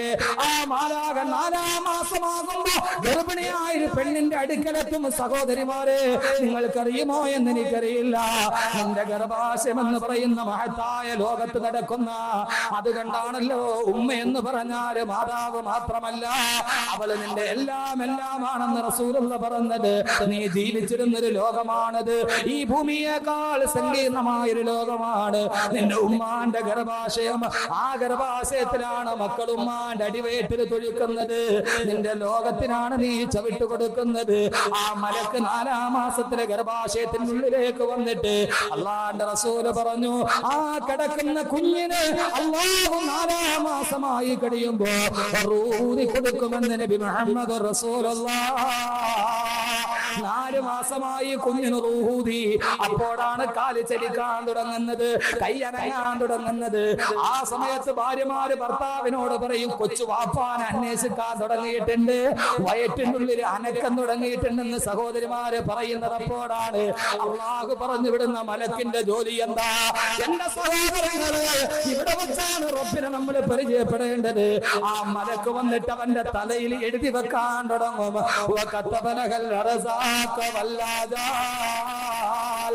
അവൻ എത്ര നാള് ഭൂമിയിൽ ജീവിച്ചിരിക്കണം, അവൻ എത്ര ഭക്ഷണം കഴിക്കണം, അവൻ എവിടെയാണ് പിറക്കേണ്ടത്, ഏത് ഭാഷയാണ് സംസാരിക്കേണ്ടത്, അവൻ ഈ ഭൂമിയിൽ എന്തൊക്കെയാണ് ചെയ്യേണ്ടത്, അവൻ ആരുടെ മകനായിട്ട് ഏത് കുടുംബത്തിൽ പിറക്കണമെന്ന് അള്ളാഹു 4-ാം മാസത്തിൽ എഴുതി വെക്കുമെന്ന് അള്ളാഹുവിന്റെ പ്രവാചകൻ നബി മുഹമ്മദ് റസൂലുള്ളാഹ്. അവൻ ആരെ വിവാഹം കഴിക്കണം, അവളുടെ ഭർത്താവ് ആരായിരിക്കണം, അവൾക്ക് എത്ര മക്കൾ ഉണ്ടാവണം, അവൾ ഏത് പ്രദേശത്ത് ജനിക്കണം, എല്ലാം അല്ലാഹു 4-ാം മാസത്തിൽ രേഖപ്പെടുത്തുമെന്ന് ആദരവായ പ്രവാചകൻ നബി മുഹമ്മദ് റസൂലുള്ളാഹ്. ആലമൽ അർഹാം എന്ന് പറയുന്നത് നമ്മുടെ 2ാമത്തെ ലോകത്തടക്കുന്ന സംഭവം. 4 മാസമാകുമ്പോൾ അള്ളാഹു ഒരു മലക്കിനെ പറഞ്ഞു വിടും. മലക്ക് വന്നിട്ട് റൂഹൂതും. റൂഹൂതി കഴിയുമ്പോൾ കൈയും കാലും അനങ്ങും. ആ സമയത്താണ് ഗർഭിണികളുടെ വയറ്റിൽ കിടക്കുന്ന കുട്ടിക്ക് അനക്കമുണ്ടോ നോക്കുന്നത്, സ്കാൻ ചെയ്ത്. ആ സമയത്ത് അള്ളാഹു തലയിൽ എഴുതും എത്ര വയസ്സ് വരെ ജീവിക്കണം, എത്ര വയസ്സ് വരെ. ആർക്കേലും അറിയാവല്ല എത്ര എഴുതിയിരിക്കുന്നതിന്. ചില സ്ത്രീകൾ പറയല, എന്റെ പൊന്നുസ്താദ് എത്രയോ നല്ല ആളുകൾ പെണ്ണ് കാണാൻ എന്നെ വന്നതാ, ഇയാളെ തന്നെ എന്റെ തലയെ കെട്ടി വെച്ചല്ലോ. അള്ള എഴുതിയതേ വരും. ഇപ്പൊ ആര് കണ്ടാലും ശരി, എത്ര കണ്ടാലും ശരി. നമ്മൾ പറയൂലോ, പടച്ചവനെ ഇതല്ലാതെ വേറൊന്നായിരുന്നെങ്കിൽ. ഇല്ല സഹോദരങ്ങൾ, അള്ളാന്റെ കലായിൽ തൃപ്തിപ്പെട്ടോളി. അള്ള ഏത് പെണ്ണിന്റെ പേരാണോ നിന്റെ ഭാര്യയായിട്ട് എഴുതി വെച്ചിരിക്കുന്നത്, എവിടെ കറങ്ങിത്തിരിഞ്ഞാലും അവിടെ തന്നെ വരും. 4-ാം മാസത്തിൽ അള്ളാഹു എഴുതി വെച്ചിരിക്കുന്ന തീരുമാനങ്ങളുടെ പൂർത്തീകരണമാണ് അടുത്ത ലോകത്ത് നടക്കുക. അതുകൊണ്ട് ഈ ലോകവും ആ ലോകവും തമ്മിൽ വളരെ ബന്ധമുണ്ട്. 2ാമത്തെ ലോകത്തിൽ അള്ളാഹു തീരുമാനിക്കുന്നതാണ് നടക്കുക. അള്ളാഹു നമ്മുടെ തീരുമാനം അനുകൂലമാക്കി തരട്ടെ. ഈ 2 ലോകം കുഴപ്പമില്ല, ഇനിയുള്ള ലോകമാണ് കുഴപ്പം. ഈ 2 കാലത്ത് അള്ള നോക്കിക്കോളും, കുഴപ്പമൊന്നുമില്ല, നമ്മളൊന്നും ചെയ്യേണ്ട, അതിനകത്ത് കിടന്നാൽ മതി. അതായിരുന്നു സുഖം. ആ ഗർഭാശയത്തിന്റെ ഉള്ളിൽ അള്ളാഹു പറയുന്ന കുഞ്ഞിനെ വളർത്തുകയാണ്. ഗർഭാശയത്തിൽ ഒരു പ്രശ്നവുമില്ലാതെ അള്ളാഹു നിന്നെ നോക്കുകയാണ്. ഇവിടെ അള്ളാഹു ഗർഭാശയത്തെ കുറിച്ച് പറഞ്ഞ വാക്ക് ഞാൻ പറഞ്ഞല്ലോ, സുരക്ഷിതമായ സ്ഥാനമാണ് ഗർഭാശയം എന്ന് പറഞ്ഞാൽ. അള്ളാഹു സുബ്ഹാനഹു വ തആല ഒരു കുഞ്ഞിന് ജന്മം കൊടുക്കുമ്പോ, അവൻ റബ്ബായിട്ട് പരിപാലിക്കുമ്പോ, ഗർഭാശയത്തിന്റെ വായുടെ ഭാഗത്തായി ഒരു കുഞ്ഞ് കടന്നു പോകുന്ന ഗർഭാശയത്തിന്റെ, ഒരു സ്ത്രീയുടെ ഗർഭാശയത്തിന് മൂടിക്കെട്ടി കിടക്കുന്ന ഗർഭാശയത്തിന്റെ മുകൾ ഭാഗത്തായി അള്ളാഹു ഒരു അരിപ്പ വെച്ചിട്ടുണ്ട്. ആ അരിപ്പയുടെ പേര് പ്ലാസന്റ എന്നാണ്. കുഞ്ഞ് കിടക്കുന്ന ഗർഭാശയത്തിന്റെ കവാടത്തിന്റെ മുകളില് ഏകനായ തമ്പുരാൻ ഒരു അരിപ്പ വെച്ചിരിക്കുകയാണ്. എന്തിനെന്നറിയുമോ? ഉമ്മാന്റെ ശരീരത്തിലെ വിഷാംശങ്ങളോ, ഉമ്മയുടെ രക്തത്തിലെ വിഷാംശങ്ങൾ കലർന്നാല് അതാ കുഞ്ഞിനെ ബാധിക്കാതിരിക്കാൻ, ഉമ്മയുടെ ഭക്ഷണ പദാർത്ഥത്തിൽ അടങ്ങിയിരിക്കുന്ന രാസവസ്തുക്കൾ കുഞ്ഞുങ്ങളിലേക്ക് പകരാതിരിക്കാൻ അല്ലാഹു ഗർഭാശയത്തിന്റെ കവാടത്തിൽ ഒരരിപ്പ വെച്ചിരിക്കുകയാണ്. ആ അരിപ്പയിൽ നിന്ന് അരിച്ചിട്ട് നല്ലതല്ലാതെ വെളിയിലോട്ട് പോവുകയില്ല. കാരണം ഒരു കുഞ്ഞ് നിർമ്മലമായിരിക്കണം, നവജാത ശിശു നിർമ്മലമായിരിക്കണം. അതിനുവേണ്ടി അല്ലാഹു ഗർഭാശയത്തിന്റെ മുകളിൽ ഒരു അരിപ്പ വെച്ചിരിക്കുകയാണ്. ആ കുഞ്ഞിന് യാതൊരുവിധ വിഷാംശങ്ങളെ കാതിരിക്കാൻ ഒരു നിർമ്മലമായ അവസ്ഥയിലാണ് 9 മാസവും 10 ദിവസവും താമസിച്ചിട്ട് അതാ നിന്റെ 3-ാമത്തെ ലോകത്തേക്ക് നീ വരാൻ പോവുകയാണ്. കാരണം എന്തെന്നറിയോ? 9 മാസവും 10 ദിവസവും പൂർത്തിയാകുമ്പോ അള്ളാഹു പറഞ്ഞു, നിന്റെ 2-ാമത്തെ ലോകം കഴിഞ്ഞു, ഇനി നീ പൊയ്ക്കൊള്ളുക നിന്റെ 3-ാമത്തെ ലോകത്തേക്ക്. അപ്പോഴാണ് പ്രസവം നടക്കുന്നത്. അതാ ഒരു കുഞ്ഞ് ജനിക്കാൻ പോവുകയാണ്. ആ കുഞ്ഞു ലോകത്തേക്ക് വരാൻ പോവുകയാണ്. അള്ളാഹു അതിനു വേണ്ടിയുള്ള സംവിധാനം ഒരുക്കുകയാണ്. സഹോദരങ്ങളെ, ലോകത്തിലെ ഏറ്റവും വലിയ സംഭവം നടക്കാൻ പോവുകയാണ്. ഒരു കുഞ്ഞിന്റെ ജനനം എന്ന് പറഞ്ഞാൽ നിസ്സാരമല്ല. ഇന്ന് നടന്ന ഏറ്റവും വലിയ സംഭവം ഏതാണ് ചോദിച്ചാല് ആ സംഭവം ലോകത്തെവിടെയെങ്കിലും ഒരു കുഞ്ഞ് പറഞ്ഞാൽ ആ കുഞ്ഞിന്റെ ജനനമാണ്. കാരണം എന്താ? ഇന്ന് ജനിച്ച ഈ കുഞ്ഞ് ഏതെങ്കിലും ഗവൺമെന്റ് ആശുപത്രിയുടെ വരാന്തയിൽ ജനിച്ച ഈ കുഞ്ഞ് നാളത്തെ പ്ലേറ്റോ ആവില്ലെന്ന് ആര് കണ്ടു? ഈ കുഞ്ഞു നാളെ ഒരു സോക്രട്ടീസ് ആവില്ലെന്ന് ആര് കണ്ടു? ഈ കുഞ്ഞു നാളെ ഒരു അരിസ്റ്റോട്ടിൽ ആവില്ലെന്ന് ആര് കണ്ടു? ഈ കുഞ്ഞു നാളെ ഒരു ഇമാമുദ്ദീൻ സഞ്ജി ആവില്ലെന്ന് ആര് കണ്ടു? ഈ കുഞ്ഞു നാളെ ഒരു സലാഹുദ്ദീൻ അയ്യൂബി ആവില്ലെന്ന് ആര് കണ്ടു? ഈ കുഞ്ഞു നാളെ ഒരു ഉമർ മുഖ്താർ ആവില്ലെന്ന് ആര് കണ്ടു? ഒരു കുഞ്ഞിന്റെ ജനനം ലോകത്തിലെ വലിയൊരു സംഭവമാണ്. അള്ളാഹു പറഞ്ഞു, മനുഷ്യ, നിന്റെ രണ്ടാമത്തെ ലോകം തീരാൻ പോവുകയാണ്. പോയിക്കൊള്ളുക, നീ ഒരു പുതിയ ലോകത്തേക്ക് ഞാൻ കടക്കട്ടെ. മൂന്നാമത്തെ ലോകമാണ് ആലമുദ്ദുനിയാ. നമ്മൾ ഈ ജനിച്ചു വീണ ഭൂലോകമില്ലേ, രണ്ട് ലോകം കടന്നിട്ട് മൂന്നാമത്തെ ലോകത്താണ് നാം നിൽക്കുന്നത്. അതാ ഉമ്മാന്റെ ഗർഭാശയത്തിൽ കിടന്ന ഒരു കുഞ്ഞതാ കരഞ്ഞുകൊണ്ട് പൊട്ടിക്കരഞ്ഞുകൊണ്ട് ഭൂമിയിലേക്ക് വരികയാണ്. പൊട്ടിക്കരഞ്ഞുകൊണ്ട് വരികയാണ്. 1000 മോഹങ്ങളും ലാഭങ്ങളും കൊതിയുമായി. ഇനിയാണ് നാം നമ്മുടെ വിഷയം ശ്രദ്ധിക്കേണ്ടത്. കുഞ്ഞതാ ജനിച്ചു വീഴുകയാണ്. രണ്ട് കൈയും കൂട്ടിപ്പിടിച്ച് മടക്കി പിടിച്ചിട്ട് പൊട്ടിക്കരഞ്ഞുകൊണ്ടാണ് ഒരു കുഞ്ഞിന്റെ ജനനം ഇവിടേക്ക് നടക്കുക. അതെന്താണെന്നറിയുമോ?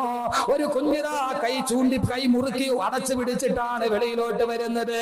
എന്തിനാണ് സഹോദരങ്ങളെ കൈ ഇങ്ങനെ മുട്ടി ചുരുട്ടി പിടിച്ചിരിക്കുന്നത്? എപ്പോഴാണ്? എപ്പോഴും കൈയുടെ ഉള്ളിൽ എന്തെങ്കിലും ഇരിക്കുമ്പോഴാണ് ആരും കാണാതെ കൈ നാം ഇങ്ങനെ അടച്ചു പിടിക്കുന്നത്. ജനിച്ചു വീഴുന്ന നവജാത ശിശുവിന്റെ കയ്യിൽ എന്താണുള്ളത്? ഒന്നുമില്ലാത്ത കുഞ്ഞന്റെ കൈ ഇങ്ങനെ ചുരുട്ടി പിടിച്ചുകൊണ്ട് ലോകത്തേക്ക് കടന്നു വന്നു. അതാണ് അല്ലാഹു നമ്മോട് ചിന്തിക്കാൻ പറഞ്ഞത്. ഒരു കവി ചോദിച്ചു അത്ര, എന്തുകൊണ്ടാണ് കുഞ്ഞിങ്ങനെ കൈ മുറുകി അടച്ചു പിടിച്ചിരിക്കുന്നത്? അവന്റെ കൈക്കുള്ളിൽ എന്താണ് ഇരിക്കുന്നത്? കവി ചോദിച്ചു അത്ര കുട്ടിയോട്, മോനെ, മുത്തേ കണ്ണേ തേനെ പാലേ മുട്ടി സേ ക്യാ ഹേ ആനെ വാലാ ജിന്ദഗി കി സ്വപ്നാ ഹേ. ഏ പൊന്നു മോനെ, മുട്ടി സേ ക്യാ ഹേ, നിന്റെ കൈക്കുള്ളിൽ എന്താണ് നീ ആരും കാണാതെ ഇങ്ങനെ മടക്കി വെച്ചിരിക്കുന്നത്? ആ സമയത്ത് നവജാത ശിശു എന്നോട് മറുപടി പറഞ്ഞു അത്രേ. ഇല്ലില്ല, നവജാത ശിശു മറുപടി പറയില്ല. കവി അദ്ദേഹത്തിന്റെ ഭാവനയിൽ പറയുകയാണ്, എന്റെ കൈക്കുള്ളിൽ എന്താണെന്നറിയുമോ? ആനേവാലാ ജിന്ദഗി കി സ്വപ്നാ ഹേ. എന്റെ ഇനിയുള്ള ജീവിതത്തിലെ സ്വപ്നങ്ങളാണ് എന്റെ കൈക്കുള്ളിൽ ഞാൻ മടക്കി വെച്ചിരിക്കുന്നത്. 1000 സ്വപ്നങ്ങളുമായി, 1000 ആഗ്രഹങ്ങളുമായി നീതാ മൂന്നാമത്തെ ലോകത്തോട്ട് കടന്നു വരികയാണ്. നിന്റെ ഒടുക്കത്തെ ആഗ്രഹങ്ങളുമായിട്ടാണ് വരുന്നത്. മനുഷ്യൻ എത്രയോ ആഗ്രഹങ്ങളാണ്. മനുഷ്യൻ ഏറ്റവും വലിയ മോഹത്തിന്റെ അടിമയാണ്. മനുഷ്യൻ ഏറ്റവും കൂടുതൽ മോഹം മണ്ണിനോടാണ്. മനുഷ്യന് മോഹം മണ്ണിനോടാണ്. മണ്ണിന് മോഹം മനുഷ്യനോടാണ്. നമുക്കെല്ലാവർക്കും മോഹം എന്താണ്? മണ്ണ് വാരി കൂട്ടണം. എത്ര വാങ്ങിച്ചു കൂട്ടിയാലും മോഹം തീരില്ല. എത്ര മണ്ണ് വാരി കൂട്ടിയാലും മനുഷ്യന്റെ മോഹം തീരില്ല. മനുഷ്യന് മോഹം മണ്ണിനോടാണ്. മണ്ണിന് മോഹമോ മനുഷ്യനോടാണ്. മനുഷ്യനും മണ്ണും കൂടെ മോഹത്തിന്റെ കാര്യത്തിൽ മത്സരിക്കുകയാണ്. അവസാനം കല്ലൂര് പള്ളിസ്ഥാനത്ത് കിടക്കുന്ന മണ്ണ് മോഹിക്കുന്നത് നിന്നെയാണ്. കല്ലൂര് പള്ളിക്കാട്ടിലെ മണ്ണ്, ആ മണ്ണിന് മോഹം നിന്നെയാണ്. കണ്ടോ, കൊതിയോടെ നോക്കിക്കൊണ്ട് നിൽക്കുന്നത് കണ്ടോ? രണ്ടുപേരും മനുഷ്യന് മോഹമോ മണ്ണ് പിടിച്ചടക്കാനാണ്. അവസാനം പാവം മനുഷ്യൻ അവൻ മോഹത്തിന്റെ കാര്യത്തിൽ തോക്കുകയാണ്. എല്ലാം തോട്ടവൻ പോയി മണ്ണിലും മലർന്ന് കിടക്കുമ്പോ ചെവിയിൽ വന്നിട്ട് മണ്ണ് ചോദിക്കും, എടാ ഭീരു, നീ എന്നെ മോഹിച്ചവനല്ലേ? പക്ഷേ ഇതാ നീ എന്റെ മുമ്പിൽ വന്ന് മലർന്ന് കിടക്കുകയാണ്. 1000 മോഹങ്ങളുമായി കടന്നു വരുന്ന മനുഷ്യലോകമേ, നിന്റെ ജീവിതത്തിന്റെ മൂന്നാം ഘട്ടമാണിത്. ആലമുദ്ദുനിയാ, ആലമുദ്ദുനിയാ. ഇതാ നിന്റെ ലോകം അടുത്തു, മൂന്നാമത്തെ ലോകമെന്ന് അള്ളാഹുവിന്റെ വിശുദ്ധ ഖുർആൻ. നമ്മൾ മൂന്നാമത്തെ ലോകത്തെത്തി. ആ ലോകമാണ് ആലമുദ്ദുനിയ. ഇപ്പൊ നമ്മൾ ഈ നിൽക്കണ ലോകം. ഉമ്മാന്റെ ഗർഭാശയത്തിൽ നിന്ന് കരഞ്ഞോണ്ടിറങ്ങി വന്ന നമ്മൾ. അള്ളാഹു പറഞ്ഞു, നിന്റെ 2 ലോകം കഴിഞ്ഞു. ഇനി നീ എന്ത് ചെയ്യണം? ഇനിയും 2 ലോകം കൂടെ ഉണ്ട്. 4 ലോകങ്ങളിടയിൽ 2 ലോകം അപ്പുറം കഴിഞ്ഞുപോയി. ഇനി 2 ലോകം വരാനുണ്ട്. ഇതിന് രണ്ടിനെയും നടുക്കാണ് നമ്മളിപ്പോ ജീവിക്കുന്നത്. 2 എണ്ണം കഴിഞ്ഞുപോയി, ഇനി 2 എണ്ണം വരാനുണ്ട്. ഇത് രണ്ടിന്റെയും നടുക്കാണ് നാം ജീവിക്കുന്നത്. അള്ളാഹ് പറഞ്ഞു, നിന്റെ ഇന്നലകളെ നോക്കി ഇന്നുകളെ നന്നാക്കി നാളേക്ക് വേണ്ടി നീ കരുതിയിരിക്കുക. അള്ളാഹു തൗഫീക്ക് നൽകട്ടെ. 3ാമത്തെ ലോകത്തെത്തി. ഇനിയാണ് നമ്മുടെ റോള്. ബാക്കി 2 ലോകത്ത് നമുക്കൊരു റോളും ഇല്ല. അള്ളാഹ് തന്നെയാണ് എല്ലാം ചെയ്യുന്നത്. 3ാമത്തെ ഘട്ടത്തിലെത്തുമ്പോ ഇനി റോള് നമുക്കാണ്. അള്ളാഹ് നമ്മളോട് എന്ത് പറഞ്ഞു വിട്ടു? ഓരോ ലോകം കഴിയുമ്പോൾ ആയുസ് കൂടി വരും. ആലമുൽ അർവാഹിൽ എത്ര സമയം ആയുസ് കൂടി വന്ന 10 മിനിറ്റ് എല്ലാ കാര്യവും കഴിയും. ഉമ്മാന്റെ ഗർഭാശയം എന്ന് പറയുന്ന 2ാമത്തെ ലോകത്ത് വന്നപ്പോ ആയുസ് എത്രയാ? 9 മാസവും 10 ദിവസം. അപ്പൊ വളരെ അപൂർവമായിട്ട് നേരത്തെ ഇപ്പൊ നടക്കും. 9 മാസവും 10 ദിവസം അങ്ങനെ തികയാറില്ല അല്ലെ? അതിന് മുമ്പ് ഓപ്പറേഷൻ ചെയ്തെടുക്കും. പണ്ടെല്ലാം മുഴുവൻ പേറായിരുന്നു, ഇപ്പൊ എല്ലാം കീറാണ്, സിസേറിയൻ. അപ്പൊ ആദ്യം 10 മിനിറ്റ്, അടുത്ത ലോകത്ത് വന്നപ്പോ ആയുസ് ഇത്തിരിയും കൂടെ കൂടി. ഇനി അടുത്ത ലോകത്ത് വരുമ്പോ ഇത്തിരിയും കൂടെ കൂടും. അള്ളാന്റെ റസൂൽ പറഞ്ഞ 60-നും 70-നും ഇടയ്ക്ക് ആയുസ് കൂടി വരികയാണ്. ഇനി അടുത്ത ലോകത്ത് പോകുമ്പോ അതിലും കൂടും. പിന്നെ 5ാമത്തെ ലോകത്ത് ചെല്ലുമ്പോ ഒരു പരിധിയില്ല ആയുസ്. ഖാലിദീന ഫീഹാ അബദ. ഉമ്മാന്റെ ഗർഭാശയത്തിൽ നിന്ന് വെളിയിലോട്ട് വന്നതുപോലെ തന്നെ സഹോദരങ്ങളെ, നമ്മുടെ ജീവിതത്തിന്റെ ഒടുക്കവും നമ്മുടെ ജീവിതത്തിന്റെ തുടക്കവും ജീവിതത്തിന്റെ ഒടുക്കവും ഒരേപോലെയാണ്. നമുക്ക് ഗുഹ വല്ലാതെ പേടിയാണ് അല്ലെ? ഗുഹയുടെ ഇരുട്ട്. ഇവിടെ നിന്ന് ട്രെയിനിൽ കയറി കോട്ടയത്തോട്ട് പോകുമ്പോ ധാരാളം ട്രെയിന് പാളത്തിൽ കൂടെ പോകുമ്പോ ഗുഹയെ കൂടെ കയറി പോകണം. ഇരുട്ട് കമ്പാർട്ട്മെന്റ് വന്നാൽ നമുക്ക് ഭയങ്കര പേടിയാണ്. ഈ ഇരുട്ടാർന്ന ഗുഹയിൽ കയറി തന്നെ ഇരിക്കാൻ നമുക്ക് വലിയ പേടിയല്ലേ? ഇവിടെ മോനെ, നീ വന്നത് ഉമ്മാന്റെ ഗർഭാശയം എന്ന് പറയുന്ന ഏറ്റവും വലിയ ഇരുട്ടിലാണ്. ഖൽഖം മിൻ ബഅദി ഖൽഖിൻ ഫീ ദുലുമാത്തിൻ സലാസ്. കൂരാക്കൂരിട്ടായ ഗുഹയിൽ നിന്ന് വന്ന നീ ഇനിയും പോകേണ്ടത് വേറൊരു ഗുഹയിലേക്കാണ്. 6 അടി മാത്രമുള്ള വേറൊരു ഗുഹയിലേക്ക്. ഈ തുടക്കവും ഒടുക്കവും ഒരേപോലെ ആയതൊരു ആകസ്മികതയാണോ? ആണോ? സാധാരണ നമുക്കൊരു കുഞ്ഞു പിറന്നു എന്ന് കേട്ടാല് ലേബർ തിയേറ്ററിന്റെ ഫ്രണ്ടിൽ നിൽക്കുമ്പോ നേഴ്സ് കൊണ്ടുവന്ന് തരും കുഞ്ഞിനെ. എങ്ങനെയാ തരുന്നത്? നല്ല വെള്ള തുണിയിൽ പൊതിഞ്ഞ് നേഴ്സ് കൊണ്ടുവന്ന് ഇങ്ങനെ 2 കൈയിലും പിടിച്ചുകൊണ്ട് വന്ന് തരും. നമ്മൾ 2 കൈ നീട്ടി മേടിക്കും. അങ്ങനല്ലേ? നേഴ്സ് 2 കൈകൾ കൊണ്ടെടുത്ത് നമ്മുടെ കയ്യിലോട്ട് വരും, വെള്ള തുണിയിൽ പൊതിഞ്ഞ്. അങ്ങനെ വന്ന നീ ഇവിടുന്ന് പോകുമ്പോ അതേ വെള്ള തുണിയിൽ പൊതിഞ്ഞ് കബറിന്റെ കരയിൽ വെച്ച് താങ്ങി എടുത്ത ഒരാൾ തരെ താഴെ വെച്ച് വാങ്ങിച്ച് വേറെ ആളതിന്റെ അകത്തിട്ട് മണ്ണിട്ട് മൂടി തീർന്നു. ഈ തുടക്കവും ഒടുക്കവും ഒരേപോലെ ആയത് വെറും ഒരു ആകസ്മികതയാണോ? ആണോ? സഹോദരങ്ങളെ, കമിഴ്ന്ന് വീണാ കൈകുത്തി എഴുന്നേക്കാം, മലന്ന് വീണാലോ? സാധാരണ നമ്മൾ പറയണം, കമിഴ്ന്ന് വീണാ കൈകുത്തി എഴുന്നേക്കാം, മലന്ന് വീണാലോ? മലന്ന് വീണാ പിന്നെ കൈകുത്താൻ പറ്റുമോ? അങ്ങനെ തന്നെ കിടക്കുകയാണ്. എന്തേ മയ്യത്ത് മലത്തി കിടത്തിയത്? കമിഴ്ത്തി കിടത്തി കൂടായിരുന്നു. മലന്ന് വീണ അതിന്റെ അർത്ഥം ഇനി നിനക്കൊന്നും ചെയ്യാൻ പറ്റൂല. മയ്യത്ത് മലത്തിൽ തന്നെ കിടത്തി, എന്തെങ്കിലും ഒന്നും ചെയ്യാൻ പറ്റൂല. അവിടേക്ക് നീ പോവുകയാണ്. അതുകൊണ്ട് അള്ളാഹു ആലമദുനിയായിലേക്ക് 3ാമത്തെ ലോകത്തേക്ക് നമ്മെ പറഞ്ഞു വിടുമ്പോ അള്ളാഹു പറഞ്ഞതെന്താണെന്നറിയോ? അള്ളാഹു പറഞ്ഞതെന്താണെന്നറിയുമോ സഹോദരങ്ങളെ? അള്ളാഹു അവന്റെ റബ്ബ് എന്ന് പറയുന്ന അവനേറ്റെടുത്ത ദൗത്യം അള്ളാഹു അതേപടി വിവരിക്കുകയാണ്. അള്ളാഹു അതേപടി നിലനിർത്തുകയാണ്. നിങ്ങൾക്കറിയുമോ ഒരു കുഞ്ഞ് ജനിക്കുമ്പോൾ അവന്റെ ശരീരത്തിൽ ഏതാണ്ട് 320ഓളം അസ്ഥികളുണ്ട്. പക്ഷേ അവന് പ്രായപൂർത്തിയായി കഴിയുമ്പോ അവന്റെ ശരീരത്തിൽ ആകെ 260 അസ്ഥികളാണുള്ളത്. ബാക്കി 60ഓളം അസ്ഥികൾ എവിടെ പോയി ആർക്കും അറിയില്ല. ഒരു കുഞ്ഞ് ജനിക്കുമ്പോൾ 320 അസ്ഥികളുണ്ട്. പക്ഷേ അവന്റെ ശരീരം ഉറച്ചു കഴിഞ്ഞാൽ ബാക്കി ആകെ 260 അസ്ഥികളാണുള്ളത്. ബാക്കി 60 എണ്ണം എവിടെ പോയി അറിയുകയില്ല. എന്താണ് അതിന്റെ സംവിധാനം എന്ന് നിങ്ങൾക്കറിയുമോ? ഒരു കുഞ്ഞുമ്മാന്റെ ഗർഭാശയത്തിന്റെ ഉള്ളിൽ കിടക്കുമ്പോ, ഉദാഹരണത്തിന് പറഞ്ഞാൽ അവന്റെ തലസ്ഥികളുണ്ട് തലയോട്ടിയിൽ. ഒരു കുഞ്ഞുമ്മാന്റെ ഗർഭാശയം പ്രസവത്തിന് വേണ്ടി വെളിയിലോട്ട് വരുമ്പോ നമുക്കറിയാമല്ലോ, സുഖപ്രസവം നടക്കാൻ ആദ്യമായിട്ട് കുഞ്ഞിന്റെ തലയാണ് പ്രസവം നടക്കുമ്പോൾ വെളിയിലോട്ട് വരിക. ആ സമയത്ത് അല്ലാഹു തലയോട്ടിയിൽ 6 അസ്ഥികൾ വെച്ചിട്ടുണ്ട്. അത് പ്രസവത്തിന് വേണ്ടി ഗർഭാശയത്തിന്റെ ഗുഹാമുഖത്ത് വരുമ്പോ അല്ലാഹു ഒരു എല്ലിനെ നിരക്കി മറ്റൊന്നിന്റെ മുകളിൽ കയറ്റും.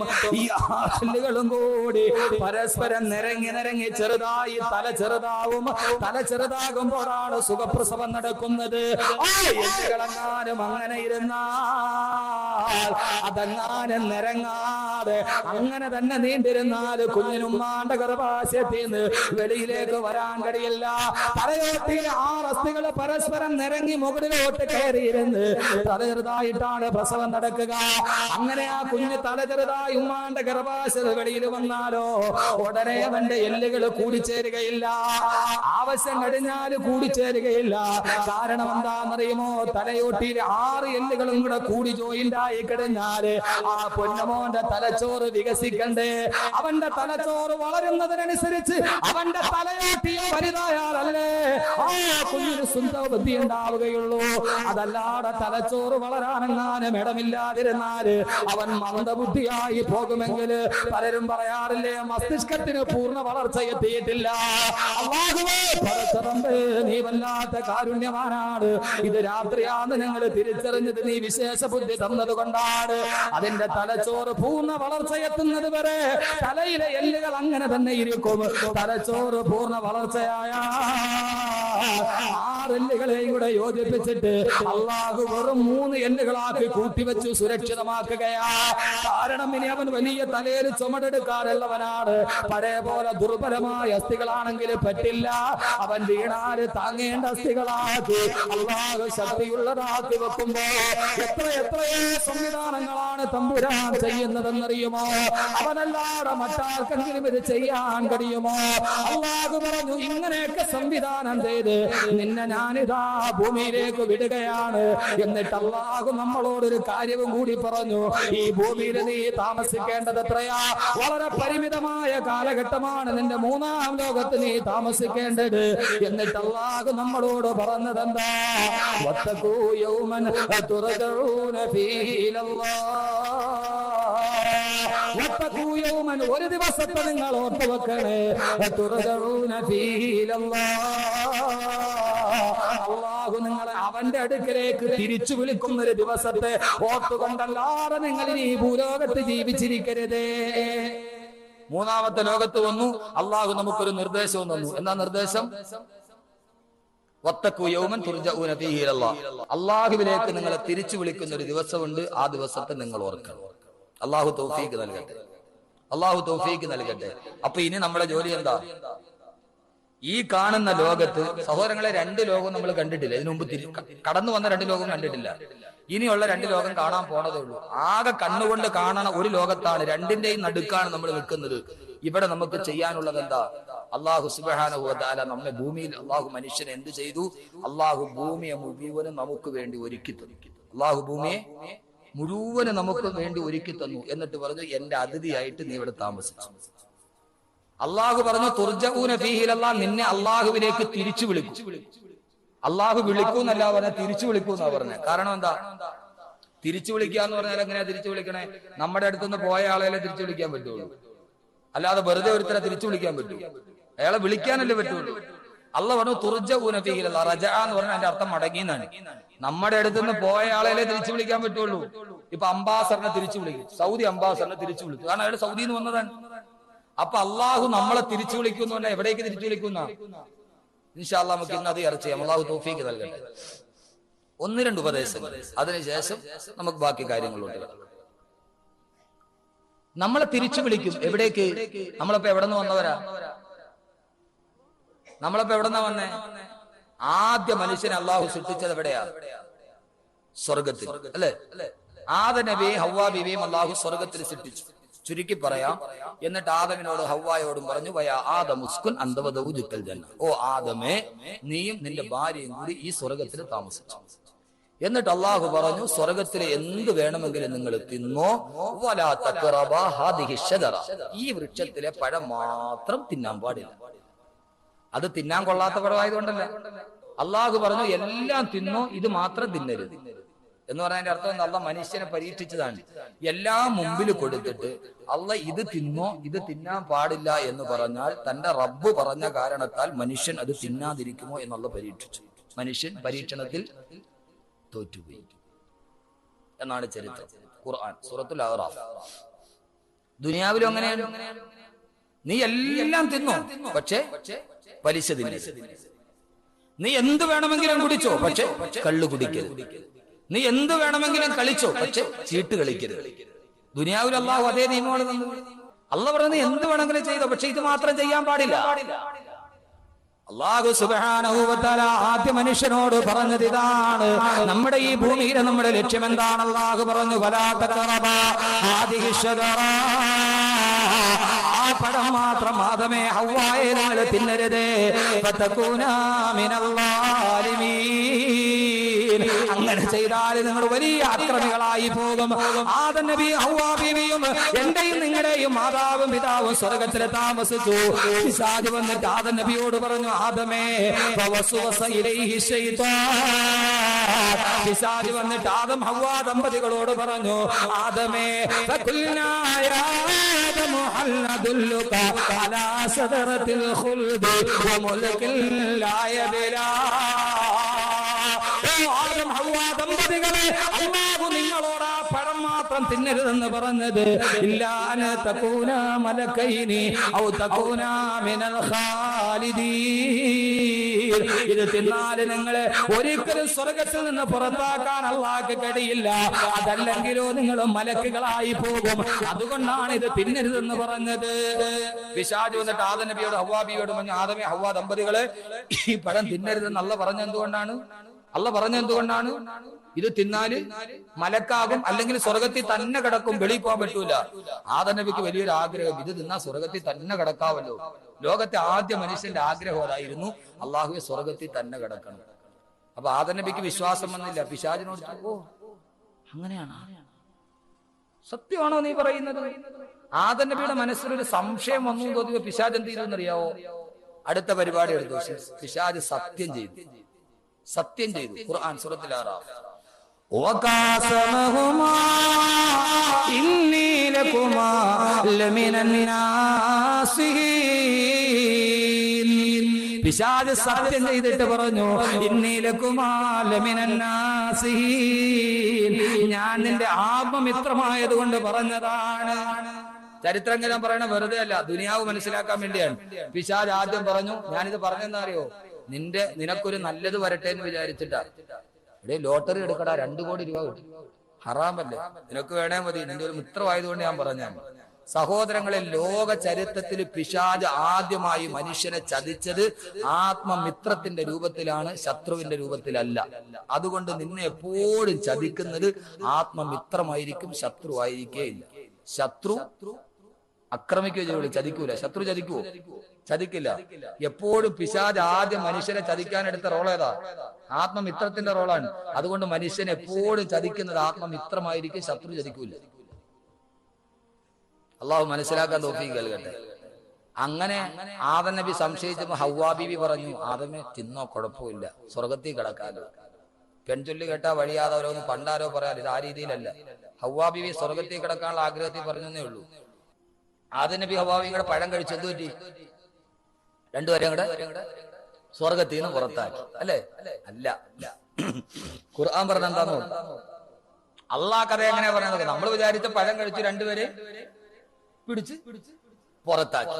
അള്ളാഹ് പറയണ എങ്ങനെയാന്ന് നോക്കാം നമുക്ക്. ഖുർആൻ സൂറത്തുൽ അറാഫ്, പഴം കഴിച്ചപ്പോ എന്ത് പറ്റി? فأكلا منها فبدت لهما سوآتهما وطفقا يخصفان عليهما من ورق الجنة. فأكلا منها, അല്ലാഹു പറയാണ് എന്താണ് സംഭവിച്ചതെന്ന്. فأكلا منها, ആദം നബിയും ഹവ്വാ ബീവിയും വിലക്കപ്പെട്ട പഴം കടിച്ചപ്പോ ബദത് ലഹുമാ സൗആതുഹുമാ, അവര് രണ്ടുപേരും ഉടുത്തിരുന്ന വസ്ത്രമൂരി താഴേക്ക് വീണു. അവരുടെ പരിപൂർണ നഗ്നത വെളിവായി. ആദ്യ മനുഷ്യൻ പരിപൂർണ നഗ്നരായി. പിശാച് ആദ്യ മനുഷ്യനെ ചതിച്ചത് തുണി ഊറ്റിയിട്ടാണ്. ആദം നബിയുടെയും ഹവ്വാ ബീവിയുടെയും ബദത് ലഹുമാ സൗആതുഹുമാ, അവരുടെ രണ്ടുപേരുടെയും മുൻഭാഗവും പിൻഭാഗവും വെളിവായത്രേ. ആദം ഹവ്വാ ദമ്പതികൾ മനുഷ്യനെ സംബന്ധിച്ചിടത്തോളം നിന്നതപ്പിൽ തുണിയെങ്ങാനും വസ്ത്രമെങ്ങാനും മാറിപ്പോയാല് അവന്റെ വെപ്രാളമാണ്. കിട്ടുന്നത് വെച്ച് നഗ്നത മറക്കലാണ്. ആദം നബിയും ഹവ്വാ ബീവിയും എന്ത് ചെയ്തെന്നറിയുമോ? പഴം കടിക്കേണ്ട താമസം മുൻഭാഗവും പിൻഭാഗവും വെളിവായി. അവരെന്ത് ചെയ്തു എന്നറിയുമോ?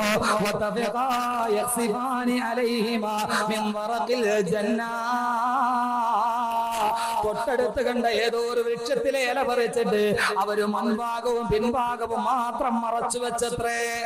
ഖുർആൻ, ഞാൻ പറഞ്ഞല്ലോ, ഖുർആൻ സൂറത്തുൽ അഅറാഫ്. ലോകത്ത് പിശാച് ആദ്യം മനുഷ്യനെ ചെയ്ത് തുണി ഊരി മാറ്റിയിട്ടാണ്, നഗ്നയാക്കി. അതുകൊണ്ട് എപ്പോഴും പെണ്ണിനെ നഗ്നയാക്കാനാണ് പിശാചിന് ഇഷ്ടം.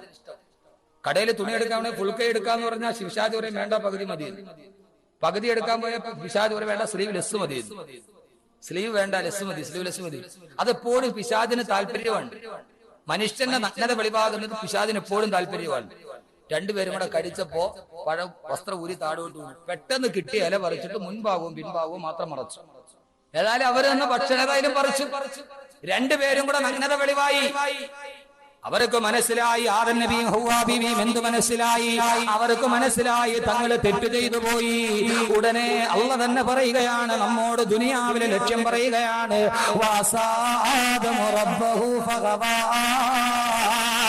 ആദം നബി അല്ലാഹുവിനോട് തെറ്റ് ചെയ്തെന്ന് മനസ്സിലായപ്പോ ഉടനെ അല്ലാഹു പറഞ്ഞു, ആദം ഹവ്വാ ദമ്പതികളെ, ഈ സ്വർഗത്തിൽ നിന്ന് നിങ്ങൾ പുറത്തു പോയിക്കൊള്ളുക. എന്റെ അനുവാദമില്ലാതെ ഭക്ഷണം കഴിച്ചവരാണ് നിങ്ങൾ. രണ്ടുപേരും സ്വർഗത്തിൽ നിന്ന് വെളിയിലോട്ട് പോയിക്കൊള്ളുക. ആ സമയത്ത് ആദം നബിയും ഹവ്വാ ബീവിയും അല്ലാഹുവോട് പറഞ്ഞവത്രേ, ഖാലാ റബ്ബനാ ലലംനാ അൻഫുസനാ വഇല്ലം തഗ്ഫിർ ലനാ വതർഹംനാ ലനകൂനന്ന മിനൽ ഖാസിരീൻ.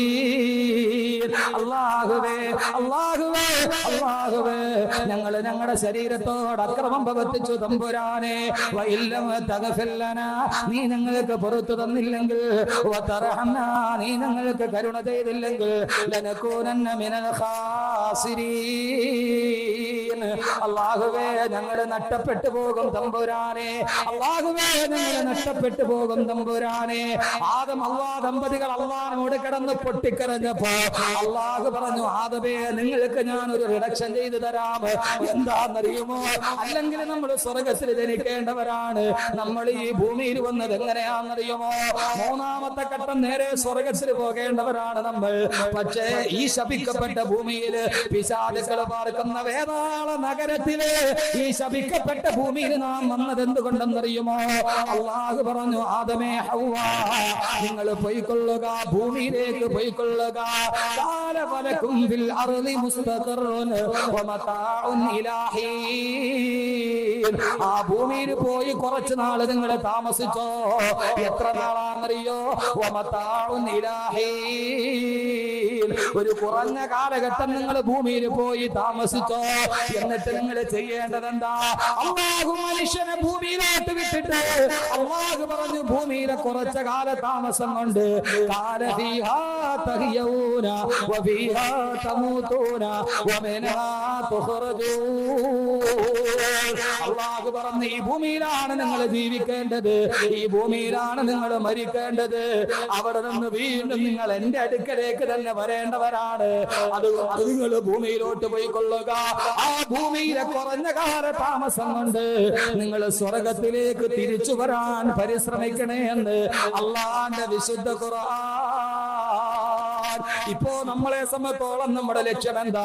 ഈ ഭൂമിയിൽ കുറച്ചു കാലം താമസിച്ച് ആ സമയം കൊണ്ട് അല്ലാഹുവിന്റെ സ്വർഗത്തിലോട്ട് പോകണം. നമ്മുടെ തറവാട് സ്വർഗമാണ്, നമ്മുടെ തറവാട് സ്വർഗമാണ്. ഈ ഭൂമി നമ്മുടെ തറവാടല്ല, ഈ ഭൂമി നമ്മുടെ ശാശ്വതമായ ഭൂമിയല്ല. നമ്മുടെ സഹോദരായ ക്രൈസ്തവ സഹോദരങ്ങൾ പലപ്പോഴും പറയാറുണ്ട്, എൻ സ്വദേശം ഇവിടെ അല്ല, ഇവിടെ ഞാൻ പരദേശി വാസിയാണല്ലോ. അക്കരെയാണ് എൻ സാബല്യ നാട്, അവിടെ എനിക്കൊരുങ്ങുന്ന ഭവനമുണ്ട്. എന്റെ സാബല്യ നാട് അക്കരെയാണ്, അവിടത്തെ സാബല്യത്തിന് വേണ്ടി ജീവിക്കേണ്ടവരാണ് ഞാനിവിടെ. അതുകൊണ്ട് സഹോദരങ്ങളെ, അല്ലാഹുവിന്റെ വിശുദ്ധ ഖുർആൻ പറഞ്ഞതുപോലെ ഈ ഭൂമിയിൽ ജീവിക്കുമ്പോ താൽക്കാലിക ജീവിതം കൊണ്ട് അല്ലാഹുവിന്റെ സ്വർഗത്തിലേക്ക് നാം തിരിച്ചെത്തേണ്ടവരാണ്. അല്ലാഹു തൗഫീഖ് നൽകട്ടെ. നമ്മുടെ ഇവിടത്തെ റോൾ എന്താ? ഇവിടത്തെ റോൾ എന്താ? തിരിച്ചു സ്വർഗത്തിലെത്തും. അതിനുവേണ്ടി പരിശ്രമിക്കും. അള്ളാഹു ഏറ്റവും അവസാനമാണ് മനുഷ്യനെ സൃഷ്ടിച്ചത്. അള്ളാഹു സുബ്ഹാനഹു വ തആല ഒരു ഞായറാഴ്ച സൃഷ്ടിപ്പ് തുടങ്ങി. അള്ളാഹു സൃഷ്ടിക്കാൻ തുടങ്ങിയതെന്നാണ് ഒരു ഞായറാഴ്ച. നമ്മൾ ഞായറാഴ്ച പൊതു അവധിയായി വെച്ചിരിക്കുക. പ്രത്യേകിച്ച് കല്ലൂരെല്ലാം ഗവൺമെന്റ് ജോലിക്കാരായതുകൊണ്ട് പൊതു അവധിയാണ്. പക്ഷെ അള്ളാഹു സൃഷ്ടിപ്പ് തുടങ്ങിയത് ഞായറാഴ്ചയാണ്. നമുക്കോ അത് പൊതു അവധിയാണ്. അള്ളാഹു ഞായറാഴ്ച സൃഷ്ടിപ്പ് തുടങ്ങി. 6 ദിവസം കൊണ്ട് അള്ളാഹു സൃഷ്ടിപ്പ് പൂർത്തിയാക്കി. അങ്ങനെയല്ലേ ഖുർആൻ? അല്ലാഹുല്ലദീ ഖലഖസ് സമാവാതി വൽ അർള വമാ ബൈനഹുമാ ഫീ സിത്തത്തി അയ്യാം.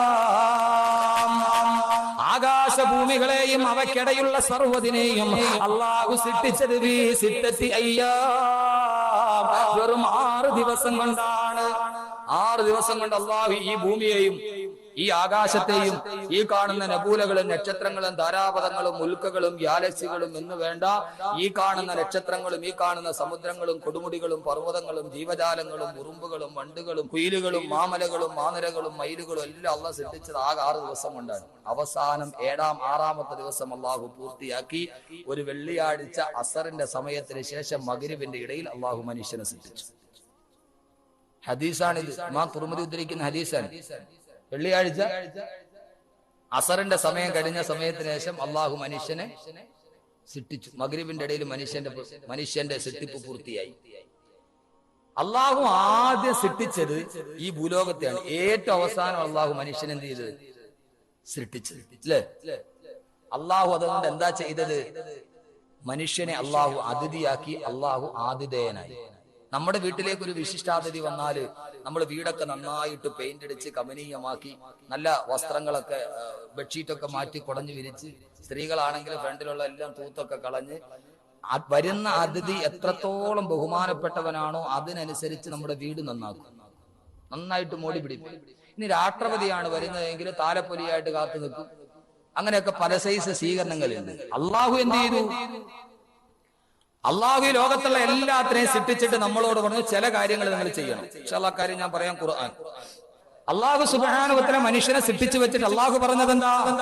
അള്ളാഹു ഏറ്റവും അവസാനം ആകാശഭൂമികൾ അള്ളാഹു സൃഷ്ടിച്ചിട്ട് പറഞ്ഞു, മനുഷ്യ വല്ലദീ ഖലഖ ലക്കും മാ ഫിൽ അർളി ജമീആ, നിനക്ക് വേണ്ടി ഇതാ ഞാൻ സർവ്വതിനെയും സൃഷ്ടിച്ചിരിക്കുകയാണ്. ആകാശത്തെ അള്ളാഹു സൃഷ്ടിച്ചത് നമുക്ക് വേണ്ടി, ചന്ദ്രനെ സൃഷ്ടിച്ചത് അള്ളാഹു നമുക്ക് വേണ്ടി, സൂര്യനെ സൃഷ്ടിച്ചത് അള്ളാഹു നമുക്ക് വേണ്ടി, ഈ കാണുന്ന പർവ്വതങ്ങളെ സൃഷ്ടിച്ചത് മനുഷ്യന് വേണ്ടി, ഈ കാണുന്ന സമുദ്രങ്ങളെ അള്ളാഹു സൃഷ്ടിച്ചത് നമുക്ക് വേണ്ടി. അള്ളാഹു പറഞ്ഞു, നിനക്ക് വേണ്ടി സൃഷ്ടിച്ചത് മാത്രമല്ല, തമ്പുരാൻ എത്ര കരുണയുള്ളവനാണ്. നിനക്ക് കാണാൻ വേണ്ടി സൗന്ദര്യത്തോടെ നിനക്ക് കാണാൻ നീ താമസിക്കുന്ന ഭൂമിയായ വീട് ഞാൻ അലങ്കരിച്ചു വെച്ചിരിക്കുകയാണ്. എങ്ങനെയാണ് അലങ്കരിച്ചതെന്നറിയുമോ? വലഖദ് സയ്യന്ന സമാ ദുനിയാ ബിമസാബീഹ വജഅൽനാഹാ റുജൂമൻ ലിശ്ശയാതീൻ വഅഅ്തദ്നാ ലഹും അദാബസ്സഈർ. അല്ലാഹു പറയുന്നു, അല്ലാഹു നമുക്ക് ഒരുക്കി വെച്ചിരിക്കുന്ന സൗന്ദര്യത്തിന്റെ കാഴ്ച കാണണോ? ഹോലാൻഡ് കാണാൻ എന്റെ ചെറുപ്പക്കാര് പോകാറുണ്ട്, വണ്ടർവേൾഡ് കാണാറുണ്ട് ചെറുപ്പക്കാര് പോകാറുണ്ട്, മൂന്നാർ കാണാൻ എന്റെ ചെറുപ്പക്കാര് പോകാറുണ്ട്, നൈനിറ്റാളും ലോസ് ആഞ്ചലസും മിസിസിപ്പിയും ഒക്കെ നമ്മുടെ ഏറ്റവും വലിയ വിനോദ കേന്ദ്രങ്ങളാണെങ്കിൽ മൂന്നാറുകളിലെ മഞ്ഞ് പെയ്തുറങ്ങുന്ന പച്ച പർവ്വതാനി വിരിച്ച പുൽമേട് കാണുമ്പോ ആനന്ദത്തോടെ നോക്കി നിൽക്കുന്ന മുസ്ലിമേ, അള്ളാഹു നിന്നോട് നോക്കാൻ പറഞ്ഞ ഒരേ ഒരു തീർത്ഥാടന, ഒരേ ഒരു സൗന്ദര്യമുള്ള സ്ഥലം ഏതാണെന്നറിയുമോ? അല്ലാഹു പറയുകയാണ്, അഫലം യൻദുറൂ ഇല സമായി ഫൗകഹും, ആകാശത്ത് കാണുന്ന നിങ്ങളുടെ മുകളിൽ കാണുന്ന ആകാശത്തേക്ക് നിങ്ങളൊന്നും നോക്കാത്തതെന്താ? നോക്ക് സഹോദരങ്ങളെ ആകാശത്തേക്ക്. അല്ലാഹു പറയുന്ന കൈഫ ബനൈനാ, മോനെ ഭൂമിയിലേക്ക് നിന്നെ പറഞ്ഞു വിട്ടപ്പോ നിനക്ക് മഴ പൊടിക്കാൻ വേണ്ടി ആകാശത്തെ ഞാൻ എങ്ങനെയാണ് സൃഷ്ടിച്ചതെന്ന് നീ കണ്ടോ? വസയ്യന്നാ, ആകാശത്തെ എങ്ങനെയാണ് ഞാൻ സൗന്ദര്യവൽക്കരിച്ചിരിക്കുന്നത് നീ കണ്ടോ? വമാലഹാ മിൻ ഫുറൂജ്, ആകാശത്തിലൊരു കീറൽ നിനക്ക് കാണാൻ പറ്റുമോ? 8 സെന്റിമീറ്റർ പോലും 8 മീറ്റർ പോലും ഉള്ള വ്യാസമില്ലാത്ത ഈ കാണുന്ന കെട്ടിടത്തിന് 4 തൂണുകളാണുള്ളതെങ്കിൽ 66,86,80,000 ചതുരശ്ര കിലോമീറ്റർ വിശാല വിസ്തൃതമായ ഈ ഭൂമിയുടെ മേൽക്കൂരയായിട്ട് അല്ലാഹു ആകാശം പണിതിട്ട് ഇത്രയും വിശാലമായ ആകാശത്തെ താങ്ങി നിർത്താൻ എവിടെയാ സഹോദരങ്ങളെ ഒരു തൂണുള്ളത് നിങ്ങൾ കണ്ടിട്ടുണ്ടോ? എവിടെയാ തൂണുള്ളത്? ഞാനെന്ന് ചോദിക്കട്ടെ, ഈ കോൺക്രീറ്റ് സൗധത്തിന്റെ മുകളിൽ ഇതിന് താങ്ങാൻ പറ്റാത്ത ഭാരം വെച്ച് മേൽക്കൂരാടെ വീടില് അല്ലാഹു ആകാശം എന്ന് പറയുന്ന മേൽക്കൂരെ വെച്ചിരിക്കുകയാണ്. ആ മേൽക്കൂര താങ്ങുന്ന ഭാരം എത്രയാണെന്നറിയുമോ? ഈ ഭൂമിയേക്കാൾ 33 ലക്ഷം ഇരട്ടി പിണ്ട വലിപ്പമുള്ള സൂര്യനെ താങ്ങുന്നത് ഈ ആകാശമാണ്. ഈ ഭൂമിയേക്കാൾ സാന്ദ്രതയുള്ള ചന്ദ്രനെ താങ്ങുന്നത് ഈ ആകാശമാണ്. 10,000 കോടിയിലേറെ നക്ഷത്രങ്ങളെ താങ്ങി ആകാശം ഇത്ര നാളായിട്ട് നിൽക്കാൻ തുടങ്ങിയിട്ട് അള്ള ചോദിക്കുകയാ, മനുഷ്യ ഒന്ന് നോക്കടാ, ആകാശത്തിൽ എവിടെയെങ്കിലും ഒരു കീറൽ കാണാൻ നിനക്ക് കഴിയുന്നുണ്ടോ? അള്ള പറയുന്നു, ആരാണ് ഇതിന് തൂണ് കൊടുത്തത്? അല്ലാഹുല്ലദീ റഫഅ സമാവാതി ബിഗൈരി അമദിൻ തറൗനഹാ. നിങ്ങൾക്ക് കാണാൻ കഴിയാത്ത തൂണുകൾ കൊണ്ട് ആകാശത്തെ താങ്ങി നിർത്തിയിരിക്കുന്നത് ഞാനാണ്. എത്ര ഭാരം വന്നാലും ആകാശമെന്ന് മേൽക്കൂര താരുകില്ല. ഹെയ്ത്തി എന്ന് പറയുന്ന പശ്ചിമഗോളത്തിലെ ഏറ്റവും ചെറിയത് ഏറ്റവും വലിയ ദരിദ്രരാട്ടത്തില് 1 മിനിറ്റ് ഒന്ന് ഭൂമി കുലുങ്ങിയപ്പോ 1 കോടി മാത്രമുള്ള ജനങ്ങളിൽ 5 ലക്ഷം ജനങ്ങളുടെ വീട് തകർന്ന് തരിപ്പണമായി പോയെങ്കിൽ, മനുഷ്യന്റെ സർവ്വ സാങ്കേതിക വിദ്യകളും തകർന്ന് തരിപ്പണമായെങ്കിൽ അള്ള പറയുന്നു ആകാശം താങ്ങുന്ന വല്ലാത്ത ഭാരം എത്രയാണെന്നറിയോ? അത് പറയാൻ എനിക്കുള്ള വിവരമില്ല, അറിവില്ല സഹോദരങ്ങളെ. പക്ഷേ ഞാൻ പറയാ, നമുക്ക് മാത്രം അറിയാവുന്ന സൂര്യനും ചന്ദ്രനും ഭൂമിയും അടങ്ങുന്ന സൗരയൂഥം എന്ന് പറയുന്ന ഒരേ ഒരു ഗാലക്സി നമുക്കറിയാമല്ലോ. ദ മിൽക്കി വേ, ക്ഷീരപഥം എന്ന് പറയുന്ന ഗാലക്സിയിലെ 10,000 കോടി ഗാലക്സിയിൽപ്പെട്ട ഒരു ഗാലക്സിയാണ് സൗരയൂഥം എന്ന് പറയുന്ന. ആ പടക്കുന്ന സൂര്യനും അതിനെ ചുറ്റി സഞ്ചരിക്കുന്ന 9 ഗ്രഹങ്ങളും മാത്രമടങ്ങുന്ന സൗരയൂഥം മാത്രം ഞാൻ പറയട്ടെ, ഒരൊറ്റ 40,000 കോടി സൗരയൂഥത്തിനേക്കാൾ വലിയ 40,000 കോടി ഗാലക്സികൾ ആകാശത്തിലുണ്ട്. അതിൽപ്പെട്ട ഒരേ ഒരു സാധനത്തെ കുറിച്ചാ ഞാൻ പറയുക. ഈ ഭൂമിയുടെ വ്യാസത്തിന്റെ 100 ഇരട്ടി വലിപ്പമുള്ള 13,92,80,000 കിലോമീറ്റർ വിശാല വിസ്തൃതയുള്ള ഒരൊറ്റ 500 കോടി വർഷമാണ് സൂര്യൻ ഇതേവരെ ലോകത്തുണ്ടായിട്ട് 500 കോടി വർഷമേ ആയിട്ടുള്ളൂ. 71% ഹൈഡ്രജനും 29% ഹീലിയവും നിറച്ചു വെച്ചുകൊണ്ട് ഈ ഭൂമിയേക്കാൾ 100 ഇരട്ടി വ്യാസമുള്ള സൂര്യൻ, ആ സൂര്യന് ചുറ്റും സഞ്ചരിക്കുന്ന 9ഓളം ഗ്രഹങ്ങള്. അതേതൊക്കെ ഗ്രഹമാണെന്നറിയുമോ? 4,880 കിലോമീറ്റർ വിസ്താരമുള്ള ബുധനും 12,104 കിലോമീറ്റർ വിശാല വിസ്തരമായി കിടക്കുന്ന ശുക്രനും 12,756 കിലോമീറ്റർ വിശാല വിസ്തൃതിയുള്ള ഭൂമിയും 6,787 കിലോമീറ്റർ നീണ്ടു നിവർന്ന് കിടക്കുന്ന ചൊവ്വയും 1,42,800 കിലോമീറ്റർ നീണ്ടു കിടക്കുന്ന സൗരയൂഥത്തിലെ ഏറ്റവും വലിയ ഗ്രഹമായ വ്യാഴവും അതിന്റെ തൊട്ടടുത്തായി 51,800 കിലോമീറ്റർ വിശാല വിസ്തൃതമായി കിടക്കുന്ന യുറാനസും ഏറ്റവും ചെറിയ 3,000 കിലോമീറ്റർ മാത്രം വ്യാസമുള്ള യുറാനസും 49,500 കിലോമീറ്റർ വിശാല വിസ്തൃതമായ നെപ്റ്റ്യൂണും അടക്കമുള്ള 9ഓളം ഗ്രഹങ്ങളെ ആകാശം താങ്ങി നിർത്തിയിരിക്കുകയാണ്. ഇതൊന്നിന്റെ മാത്രം കണക്കാണെങ്കിൽ ഇതിനെ പോലെയുള്ള 40,000 കോടി ഗാലക്സികൾ ഉണ്ട്. ഇത്രയും ഭാരം താങ്ങി വെച്ചിട്ട് അള്ള പറയുന്നു, നോക്കടോ, നിനക്ക് വേണ്ടി സൃഷ്ടിച്ച ആകാശത്തിൽ ഒരു കീറൽ പോലും നിനക്ക് കാണാൻ കഴിയുന്നില്ലല്ലോ. മാത്രമോ വലക്കത് ഈ ആകാശത്തെ ഞാൻ നക്ഷത്രങ്ങളെ ഇടയ്ക്കിടയ്ക്ക് അടിച്ചു ഫിറ്റ് ചെയ്തിട്ട് നിനക്ക് എത്ര കാണാൻ നയനാനന്ദകരമായി ഞാൻ വെച്ചിരിക്കുകയാണ്. ഇതൊക്കെ ആർക്കാന്നറിയുമോ? മനുഷ്യ, നിനക്ക് വേണ്ടി പടച്ചതാണ്, നിനക്ക് വേണ്ടി പടച്ചതാണ്. അള്ളാഹു പറയുന്നു, നമുക്ക് വേണ്ടി അള്ളാഹു ഒരുക്കി വെച്ച അതിഥി ഗ്രഹത്തിന്റെ വർണ്ണനയെ ഞാൻ ഈ പറഞ്ഞത്. ഇതൊക്കെ അള്ള വെച്ച ആർക്ക് വേണ്ടിയാ? നമുക്ക് വേണ്ടി. എന്നിട്ട് അള്ള പറഞ്ഞു, ഇതൊക്കെ വെച്ച എന്നെ നിങ്ങൾ ആരാധിക്കും. നമ്മളെ ഭൂമിക്ക് വേണ്ടിയാണ്? അല്ല. എന്റെ സഹോദരങ്ങളെ, മനുഷ്യനെ കൊണ്ട് പക്ഷെ ഒരു പ്രയോജനം ഇല്ല എന്നുള്ള കുഴപ്പം. വെള്ളം കുറഞ്ഞാല് ഭൂമിയിൽ കുഴപ്പമുണ്ടാവും, ഇല്ലേ? സൂര്യന്റെ ചൂട് കുറഞ്ഞാല് ഭൂമിയിൽ കുഴപ്പമുണ്ടാവും. ഇവിടുത്തെ ജീവികൾ കുറഞ്ഞാല് ഭൂമിയിൽ കുഴപ്പമുണ്ടാവും. പക്ഷെ മനുഷ്യൻ എത്ര കുറഞ്ഞാലും ഭൂമിക്ക് ഒരു കുഴപ്പമില്ല. ഉണ്ടാവോ? മനുഷ്യൻ എത്ര കുറഞ്ഞാലും ഭൂമിക്ക് കുഴപ്പമുണ്ടോ? ഇല്ല. കാറ്റ് കുറഞ്ഞാലും ഭൂമിക്ക് കുഴപ്പമാണ്, മഴ കുറഞ്ഞാലും ഭൂമിക്ക് കുഴപ്പമാണ്. മനുഷ്യൻ എത്ര കുറഞ്ഞാലും ഭൂമിക്ക് അത്ര നേട്ടമാണ്. ഭൂമിയുടെ 4/3 ഭാഗവും മനുഷ്യൻ കാണാത്ത പ്രദേശമാണ്. നിങ്ങൾ എന്താ മനസ്സിലാക്കിയത്? 4/3 ഭാഗവും ജലമാണ്.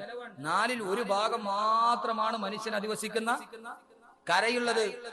ഭൂമിയുടെ 4/3 ഭാഗവും കടലാണ്, ജലമാണ്, സമുദ്രമാണെന്ന് പറയുമ്പോ പസഫിക് മഹാസമുദ്രമടക്കമുള്ള 16,52,50,000 ചതുരശ്ര കിലോമീറ്റർ വിശാല വിസ്തൃതമായ പസഫിക് മഹാസമുദ്രവും 8,28,10,000 ചതുരശ്ര കിലോമീറ്റർ അനന്ത വിസ്തൃതമായി കിടക്കുന്ന അറ്റ്ലാന്റിക് മഹാസമുദ്രവും 7,36,80,000 കിലോമീറ്റർ നീണ്ടു നിവർന്നു കിടക്കുന്ന ഇന്ത്യൻ മഹാസമുദ്രവും 95,17,000 കിലോമീറ്റർ വിശാല വിസ്തൃതമായി കിടക്കുന്ന ആർട്ടിക് മഹാസമുദ്രവും ഏറ്റവും അവസാനം നാമദിവസിക്കുന്ന അറബിക്കടലുണ്ടല്ലോ, 1,93,78,144 കിലോമീറ്റർ നീണ്ടു കിടന്നു കിടക്കുന്ന അറബിക്കടലും ഈ ഭൂമിയുടെ 4/3 ഭാഗവും അപഹരിച്ചു പോകുമ്പോ ആ വിശാല വിസ്തൃതമായ കടലിന്റെ ഉള്ളിൽ മുങ്ങിത്തപ്പിയ മനുഷ്യൻ ഒന്നും അറിയില്ല ഈ ഭൂമിയെ കുറിച്ച്.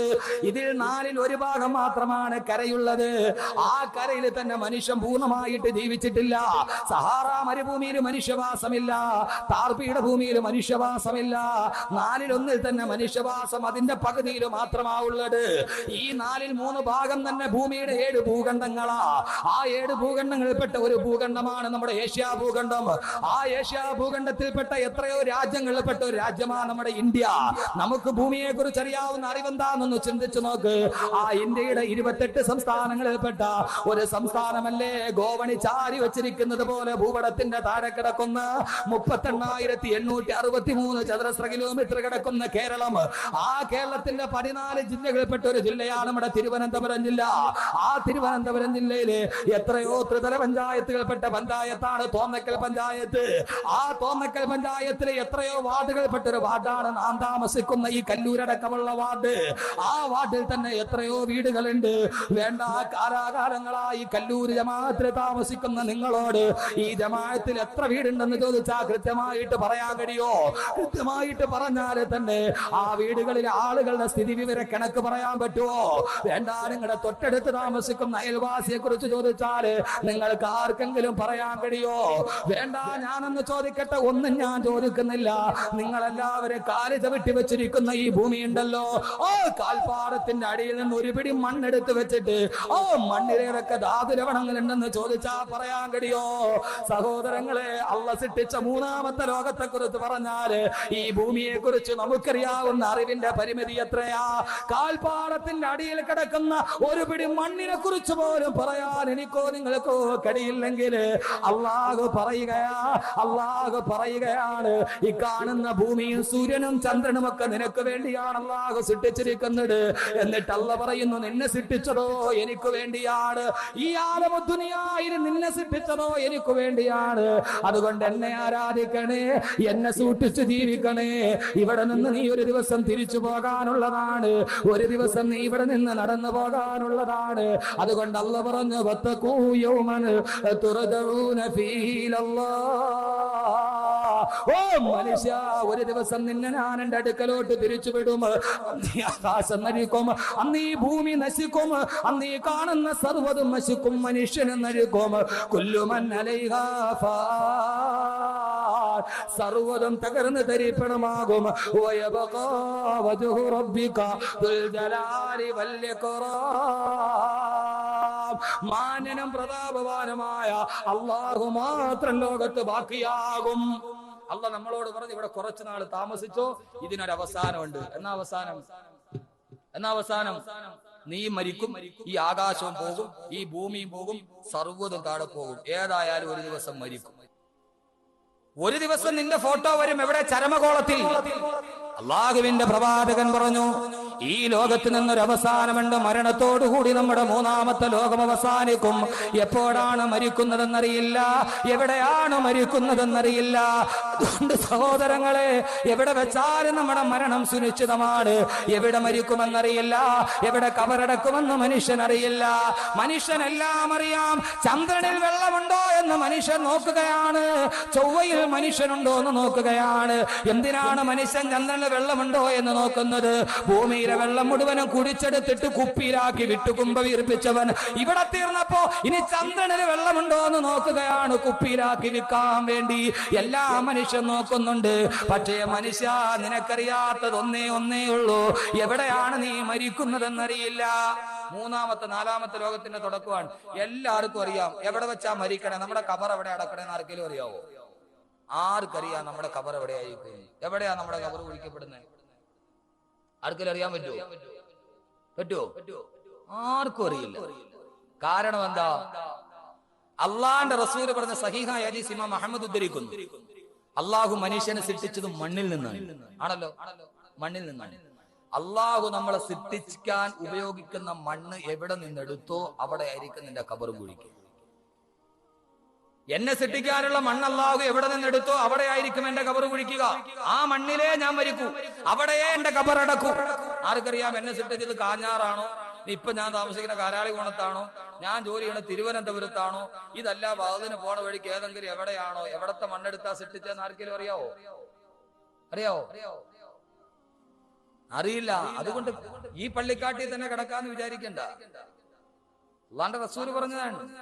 അള്ളാഹുവിന്റെ പ്രവാചകൻ ഒരിക്കൽ മദീനയിലൂടെ കടന്നു പോകുമ്പോ അള്ളാഹുവിന്റെ പ്രവാചകൻ സ്വല്ലല്ലാഹു അലൈഹി വസല്ലമ സഹാബാക്കൾ ഒരു സഹാബിയുടെ ഖബർ കുഴിക്കുകയാണ്.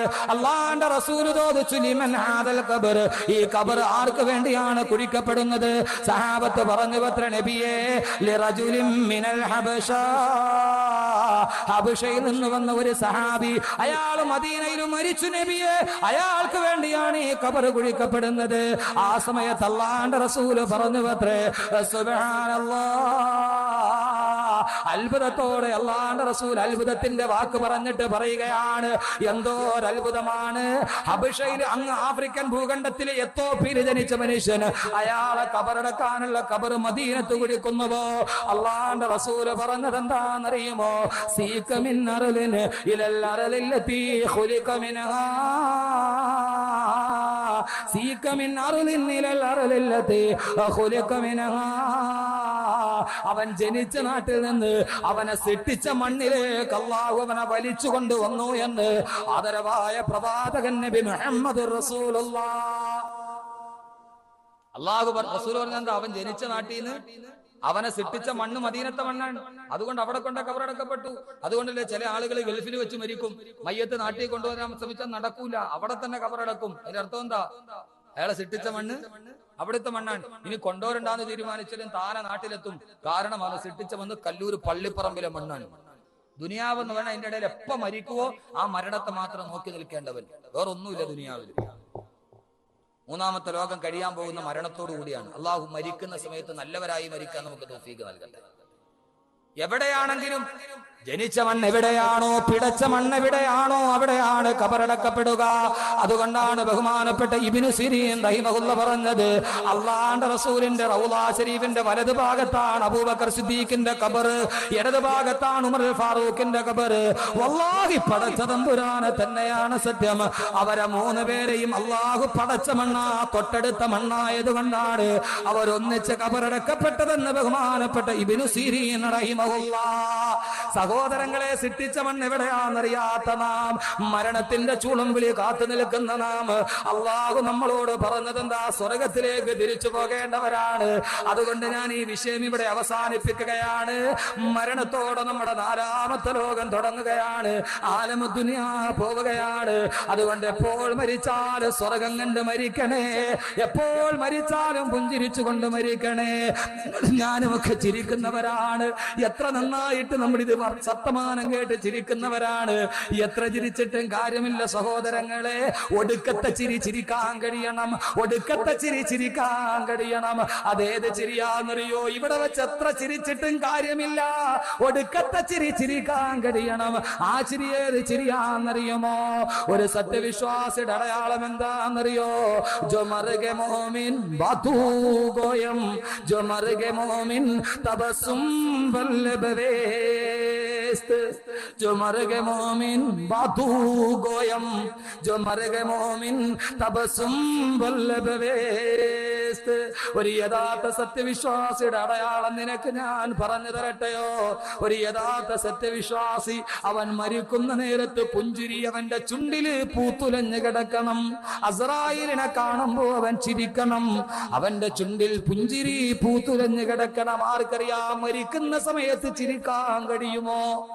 മരിക്കുന്ന സമയത്ത് ചിരിക്കുന്നവർ ഭാഗ്യവാന്മാർ. അള്ളാഹു നമുക്ക് മരണത്തിൽ ചിരിക്കാൻ തൗഫീഖ് നൽകട്ടെ. ഇവിടെ എത്ര ചിരിച്ചിട്ടും സഹോദരങ്ങളെ കാര്യമില്ല.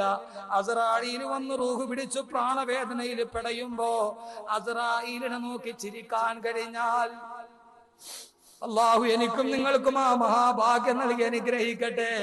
മൂന്നാമത്തെ ലോകത്ത് നിന്ന് ഇങ്ങനെ വിട പറയാൻ കഴിയണം, ഇങ്ങനെ വിട പറയാൻ കഴിയണം. ചില ആളുകൾ മരിച്ചു കിടക്കുന്നത് കണ്ടിട്ടില്ലേ? അവരുടെ മുഖത്തെന്തോ ഒരു പുഞ്ചിരിയാണ്, കണ്ടാൽ ചിരിച്ചുകൊണ്ട് കിടക്കുന്നത് പോലെ തോന്നും.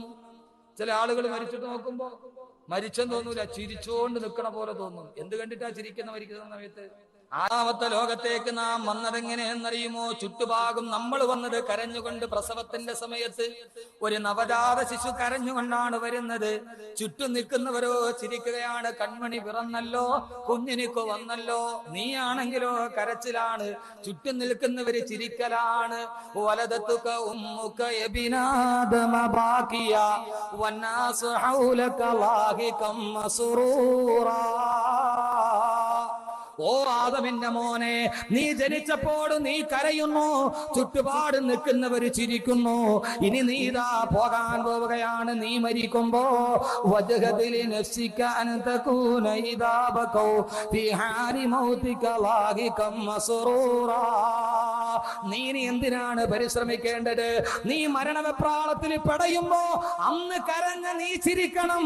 നിന്റെ ചുറ്റും നിന്ന് ചിരിച്ചവർ അന്ന് കരയണം. നീ മരിക്കുന്ന സമയത്ത് ഭാര്യ കരയുകയാണ്, മക്കള് കരയുകയാണ്, നാട്ടുകാര് വിലപിക്കുകയാണ്. അവൻ മരണപ്പെട്ടു പോയല്ലോ, എല്ലാവരും പൊട്ടിക്കരയുന്നു. നീയാണെങ്കിലോ മരണക്കിടക്കയിൽ കിടന്നു പെടയുന്നു.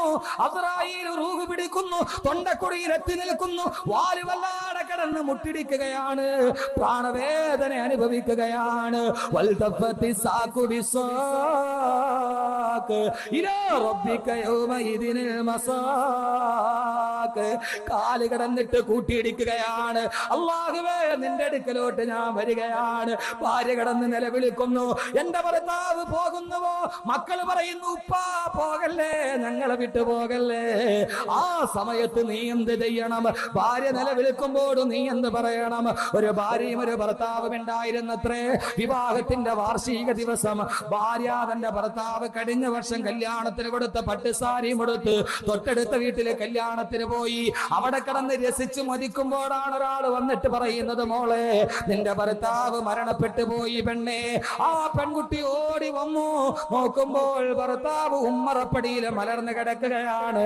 വെള്ളത്തുണി പൊതിച്ചിട്ടുണ്ട്, ചന്ദനത്തിരികൾ കത്തുന്നുണ്ട്, ആളുകൾ ഇരുന്നു കൊണ്ട് അടക്കം പറയുന്നുണ്ട്. ആ പെൺകുട്ടി മാറത്തട്ടഹസിച്ചുകൊണ്ട് ഭർത്താവിന്റെ മയ്യത്തിന്റെ മുകളിലോട്ട് കമഴ്ന്നു വീണു.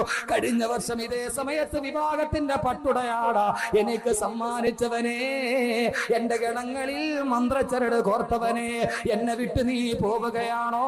എന്നെ ഏകയാക്കി നീ തിരിച്ചു പോവുകയാണോ? എന്നെ നീ തനിച്ചാക്കിയോ? ആ പെൺകുട്ടി കിടന്ന് പൊട്ടിക്കരയുമ്പോ മയ്യത്തെടുക്കാൻ സമയമായി, പള്ളിക്കാട്ടിലോട്ട് യാത്ര പോകാൻ സമയമായി. തടുക്കുമ്പോ കിടന്ന് പൊട്ടിക്കരയുകയാണ്. എന്റെ ഭർത്താവിനെ കൊണ്ടുപോകരുത്, ഇവന് ഞാനൊരു അവസാനത്തെ ചുടുചുംബനം കൊടുത്തു കൊള്ളട്ടെയോ.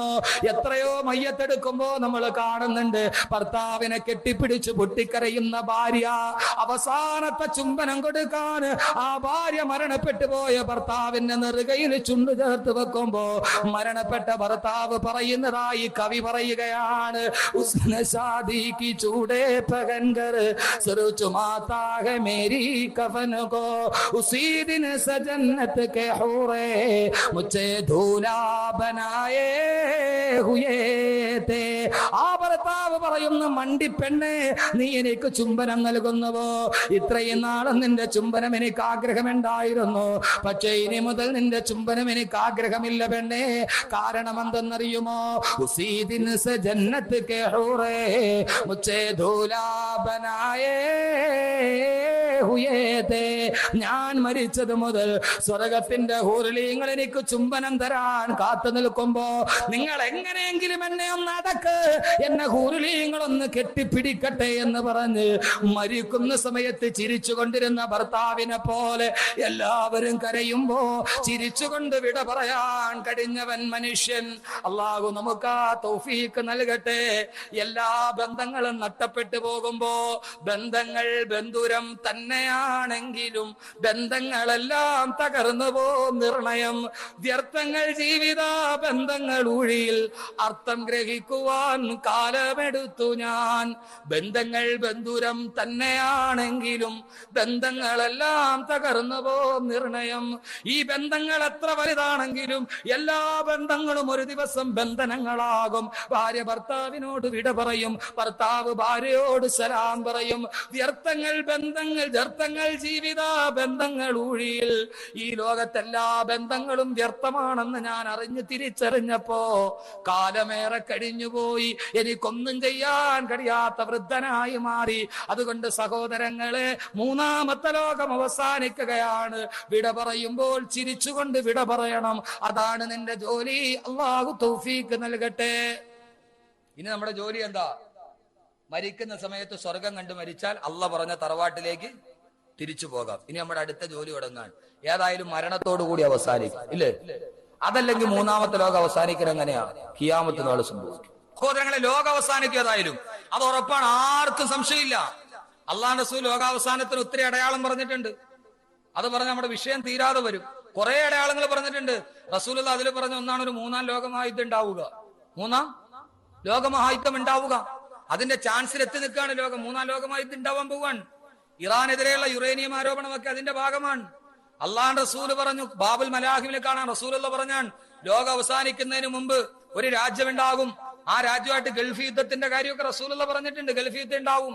അള്ളാഹുവിന്റെ റസൂൽ പറഞ്ഞ ഒരു രാജ്യം, ആ രാജ്യത്തിന്റെ സാമ്പത്തിക സ്രോതസ് ഫീ മദ്ഫനിൻ, കുഴിച്ചെടുക്കുന്നതായിരിക്കും.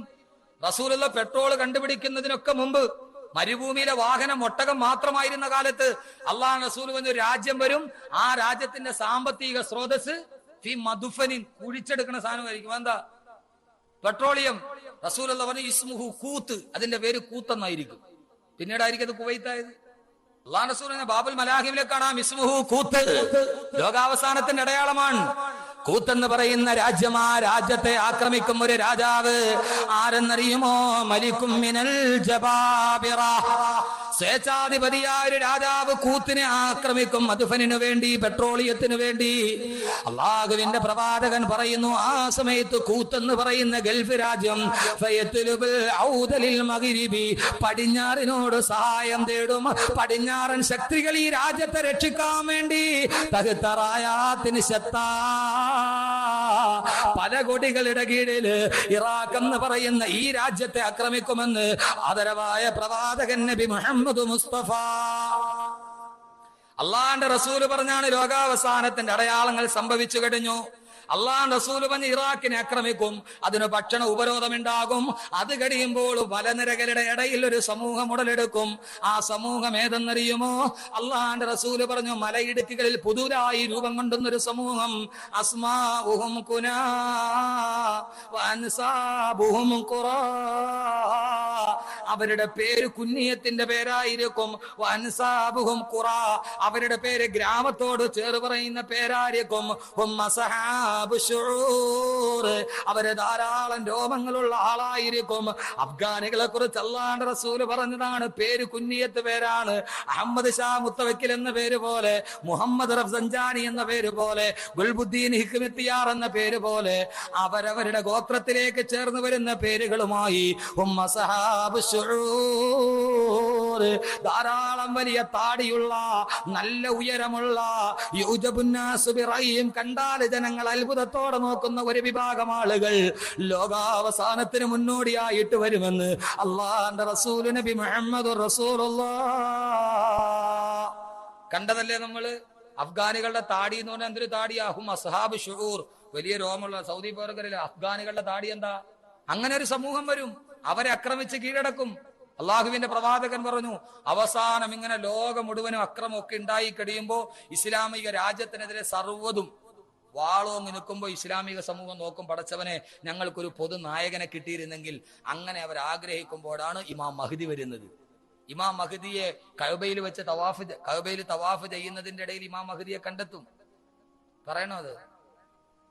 ഇമാം മഹ്ദി റജുലുൻ ആദിയുൻ, ഇപ്പോൾ ലോകത്ത് ജീവിച്ചിരിക്കുന്ന വ്യക്തിയാണ്. റജുലുൻ ആദിയുൻ, സാധാരണ മനുഷ്യനാണ്. ഇസ്മുഹു മുഹമ്മദ്, അദ്ദേഹത്തിന്റെ പേര് മുഹമ്മദ് എന്നാണ്. എവിടെയാണെന്നറിയില്ല. ലോകം മുഴുവൻ ഇസ്ലാമിനെതിരെ വാളോങ്ങി നിൽക്കുമ്പോ 12 രാജ്യങ്ങളിൽപ്പെട്ട പ്രധാനപ്പെട്ട അബുദാലികൾ അള്ളാഹുവെ മുസ്ലിമീങ്ങൾക്ക് നേതൃത്വം കൊടുക്കാൻ ആരുമില്ലല്ലോ തമ്പുരാനെ എന്ന് വിചാരിച്ച് അവർ കഅബയിൽ പോയി തവാഫ് ചെയ്യുമ്പോ ഈ 12 രാജ്യത്തിൽ നിന്ന് വന്ന അബുദാലികൾ പരസ്പരം കണ്ടുമുട്ടും. അവര് പറയും, മുസ്ലിം ലോകത്തിന്റെ അപകടകരമായ ഭാവിയെ കുറിച്ച് ഇവർ സംസാരിക്കുമ്പോൾ പറയും, അള്ളാഹിന്റെ റസൂൽ അവസാന കാലത്ത് മുസ്ലിം സമൂഹത്തിന് നേതാവായിട്ടൊരു ഇമാം മഹ്ദി വരൂ എന്ന് പറഞ്ഞിട്ടുണ്ടല്ലോ, നമുക്കൊന്ന് അന്വേഷിച്ചാലോ? അങ്ങനെ അവർ ഇമാം മഹ്ദി അന്വേഷിക്കും. ഇമാം മഹ്ദി ഇവരെ തന്നെ അന്ന് ഹജ്ജിന് ഇമാം മഹ്ദി അവിടെ ഉണ്ടാവും. തന്നെ അന്വേഷിച്ച ആളുകൾ വരുന്നു എന്ന് പറഞ്ഞ് ഇമാം മഹ്ദി മക്കയിൽ നിന്ന് മദീനയിലോട്ട് ഓടും. ഇവര് പുറകെ ഓടും. ഇമാം മഹ്ദി മദീനയിലെത്തുമ്പോൾ ഇവര് മദീനയിലെത്തും. അപ്പൊ ഇമാം മഹ്ദി മദീനയിൽ നിന്ന് മക്കയിൽ വരും. അവര് മക്കയിൽ വരുമ്പോൾ ഇമാം മഹ്ദി വീണ്ടും മദീനയിലോട്ട് പോകും. അങ്ങനെ ഒരു ദിവസം 5 പ്രാവശ്യം ഇമാം മഹ്ദി മക്കയുടെയും മദീനയുടെയും ഇടയിൽ പോകുന്നതാണ്. 400 കിലോമീറ്റർ മക്കയുടെ മദീനയുടെ ഇടയിൽ 5 പ്രാവശ്യം ഒരു ദിവസം കൊണ്ട് പോയി വരണമെങ്കിൽ ഏത് വാഹനത്തിൽ പോകും? അള്ളാഹ് റസൂൽ പറഞ്ഞ ഇമാം മഹ്ദി സഞ്ചരിക്കുന്ന വാഹനം, അതിന് 2 ചെവി ഉണ്ടാകും, വാലിന്റെ ഭാഗം പൊങ്ങിയിരിക്കും. ഏതായിരിക്കും? ഇതൊക്കെ നമ്മൾ കാണാൻ പോവാണ്. റസൂലുള്ളാഹിയുടെ സഹിയായ ഹദീസ് അല്ല, ഉമ്മ റസൂൽ പറഞ്ഞു ഞാൻ പറഞ്ഞല്ല. കിതാബുൽ ഫിത്തനിലും ബാബുൽ മലാഹിമിലും കാണാം. ലോകത്തുള്ള പ്രശസ്ത പണ്ഡിതന്മാർ ഇത് നിരീക്ഷണ വിധേയമാക്കുകയാണ്. അള്ളാഹുവിന്റെ പ്രവാചകൻ പറഞ്ഞു, അഫ്ഗാനിൽ ഇത്രയേറെ ആളുകൾ രോമാവൃതമായ വളരെയേറെ ജനങ്ങൾ മുഴുവനും അത്ഭുതത്തോടെ നോക്കി നിൽക്കുന്ന ഒരു സമൂഹം ലോകത്ത് വന്ന് ഇസ്ലാമിക സമൂഹത്തൊരു വിപ്ലവം സൃഷ്ടിക്കുമ്പോ, താലിബാൻ വന്നതുപോലെ ഒരു വിപ്ലവത്തിന്റെ സൃഷ്ടിക്കുമ്പോ ലോകത്തുള്ള പടിഞ്ഞാറിന്റെ ശക്തികൾ അവരെ ആക്രമിക്കാൻ തീരുമാനിക്കും. അഫ്ഗാനിലെ ഈ രോമാവൃതമായ ആളുകളെ ആക്രമിക്കാൻ പോകുന്നു എന്ന് ലോകത്തോട് വിളിച്ചു പറയുന്ന മനുഷ്യന്, ആ മനുഷ്യന് റജുലുൻ അഅ്റജ, ഒരു വികലാംഗനായ മനുഷ്യനായിരിക്കുമെന്ന് 14 നൂറ്റാണ്ടുകൾക്ക് മുമ്പ് ആമിനയുടെ മുത്തേ നബി മുഹമ്മദുർ റസൂലുള്ളാഹ് 14 നൂറ്റാണ്ടുകൾക്ക് മുമ്പ് അഫ്ഗാൻ ഭൂപടത്തിൽ പോലും ഇല്ലാത്ത കാലത്ത് അള്ളാഹുവിന്റെ റസൂൽ പറഞ്ഞു, അഫ്ഗാനിലെ ആളുകൾ ആക്രമിക്കാൻ വേണ്ടി പ്രഖ്യാപിക്കുന്ന മനുഷ്യന് റജുലുൻ അഅ്റജ, ഒരു വികലാംഗനായിരിക്കുന്ന മനുഷ്യനാണെന്ന് നബി തങ്ങൾ പറഞ്ഞ് 14 നൂറ്റാണ്ട് കണ്ടപ്പോ അഫ്ഗാനെ ആക്രമിക്കാൻ പോകുന്നു എന്ന് BBC-യുടെ ചാനലിൽ പറഞ്ഞതാരെന്നറിയോ? റിച്ചാർഡ് മൈർസ് എന്ന് പറയുന്ന ലോകമായ യുദ്ധത്തിൽ ഒരു കാല് നഷ്ടപ്പെട്ടു പോയ അമേരിക്കൻ കരസേനയുടെ മേധാവി റിച്ചാർഡ് മൈർസ് ഒരു കാലില്ലാതെ വീൽ ചെയറിൽ കടന്നു വന്ന് ഞങ്ങൾ അഫ്ഗാനെ ആക്രമിക്കാൻ പോകുന്നെന്ന് പറയുമ്പോ ആമിനയുടെ മുത്തേ അങ്ങേക്കായിരം സലാം അങ്ങ് 14 നൂറ്റാണ്ടുകൾക്ക് മുമ്പ് പറഞ്ഞു, അത് ചെയ്യുന്ന മനുഷ്യൻ റജുലുൻ അഅ്റജ, ഒരു വികലാംഗനായിരിക്കും. റിച്ചാർഡ് മൈർസ് ഒരു കാലില്ല, വീൽ ചെയറിൽ വന്നിട്ടാണ് പറഞ്ഞത് BBC-യിൽ അഫ്ഗാൻ ആക്രമിക്കാൻ പോകുന്നു എന്ന്. ഇനി ലോകം അവസാനിക്കാൻ പോകുന്ന തെളിവേണോ? മാത്രമല്ല റസൂലുള്ള പറഞ്ഞു, അങ്ങനെ ഇമാം മഹ്ദി വരും.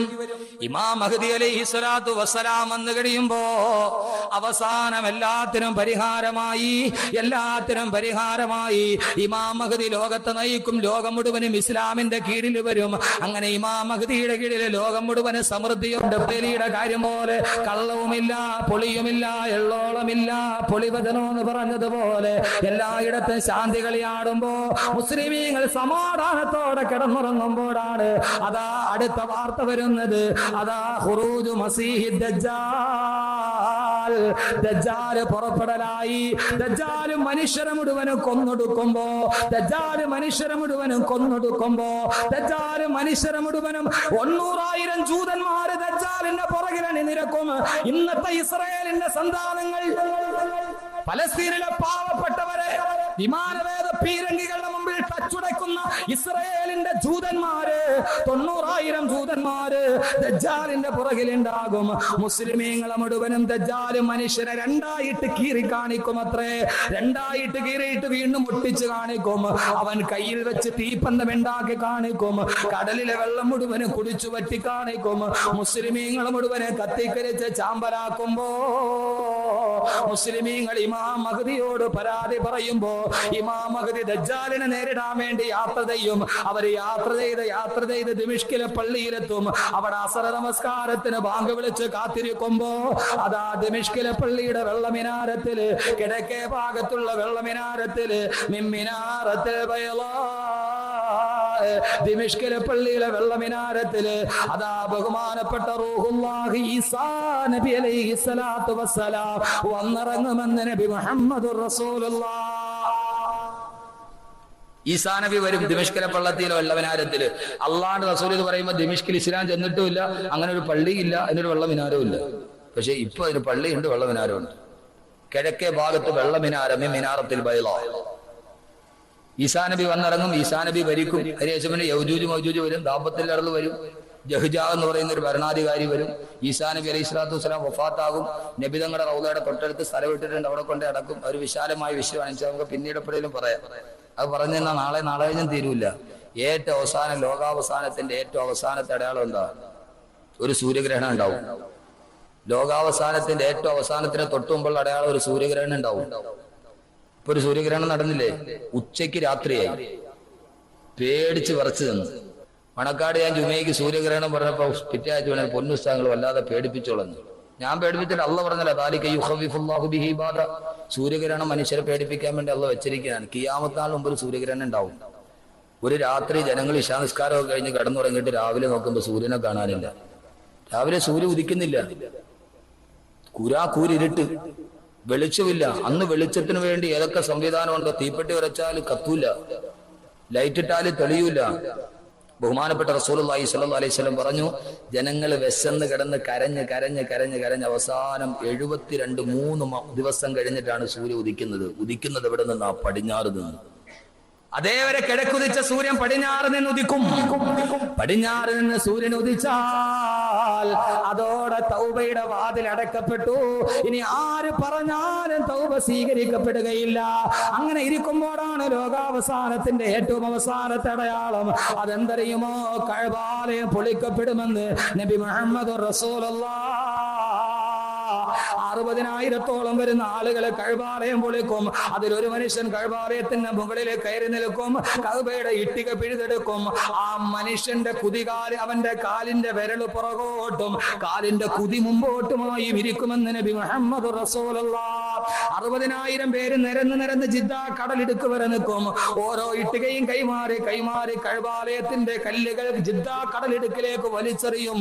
കഅബാലയം പൊളിക്കപ്പെട്ട പിന്നെ ഒരു മനുഷ്യന് നിസ്കാരമില്ല, കിബിലയില്ലാതെ പിന്നെന്ത് നിസ്കാരമാണ്? നിസ്കാരമില്ല, നോമ്പില്ല, തസ്ബീഹില്ല, ഒന്നുമില്ലാതെ 3 ദിവസം ജനങ്ങൾ കിടന്നുറങ്ങും.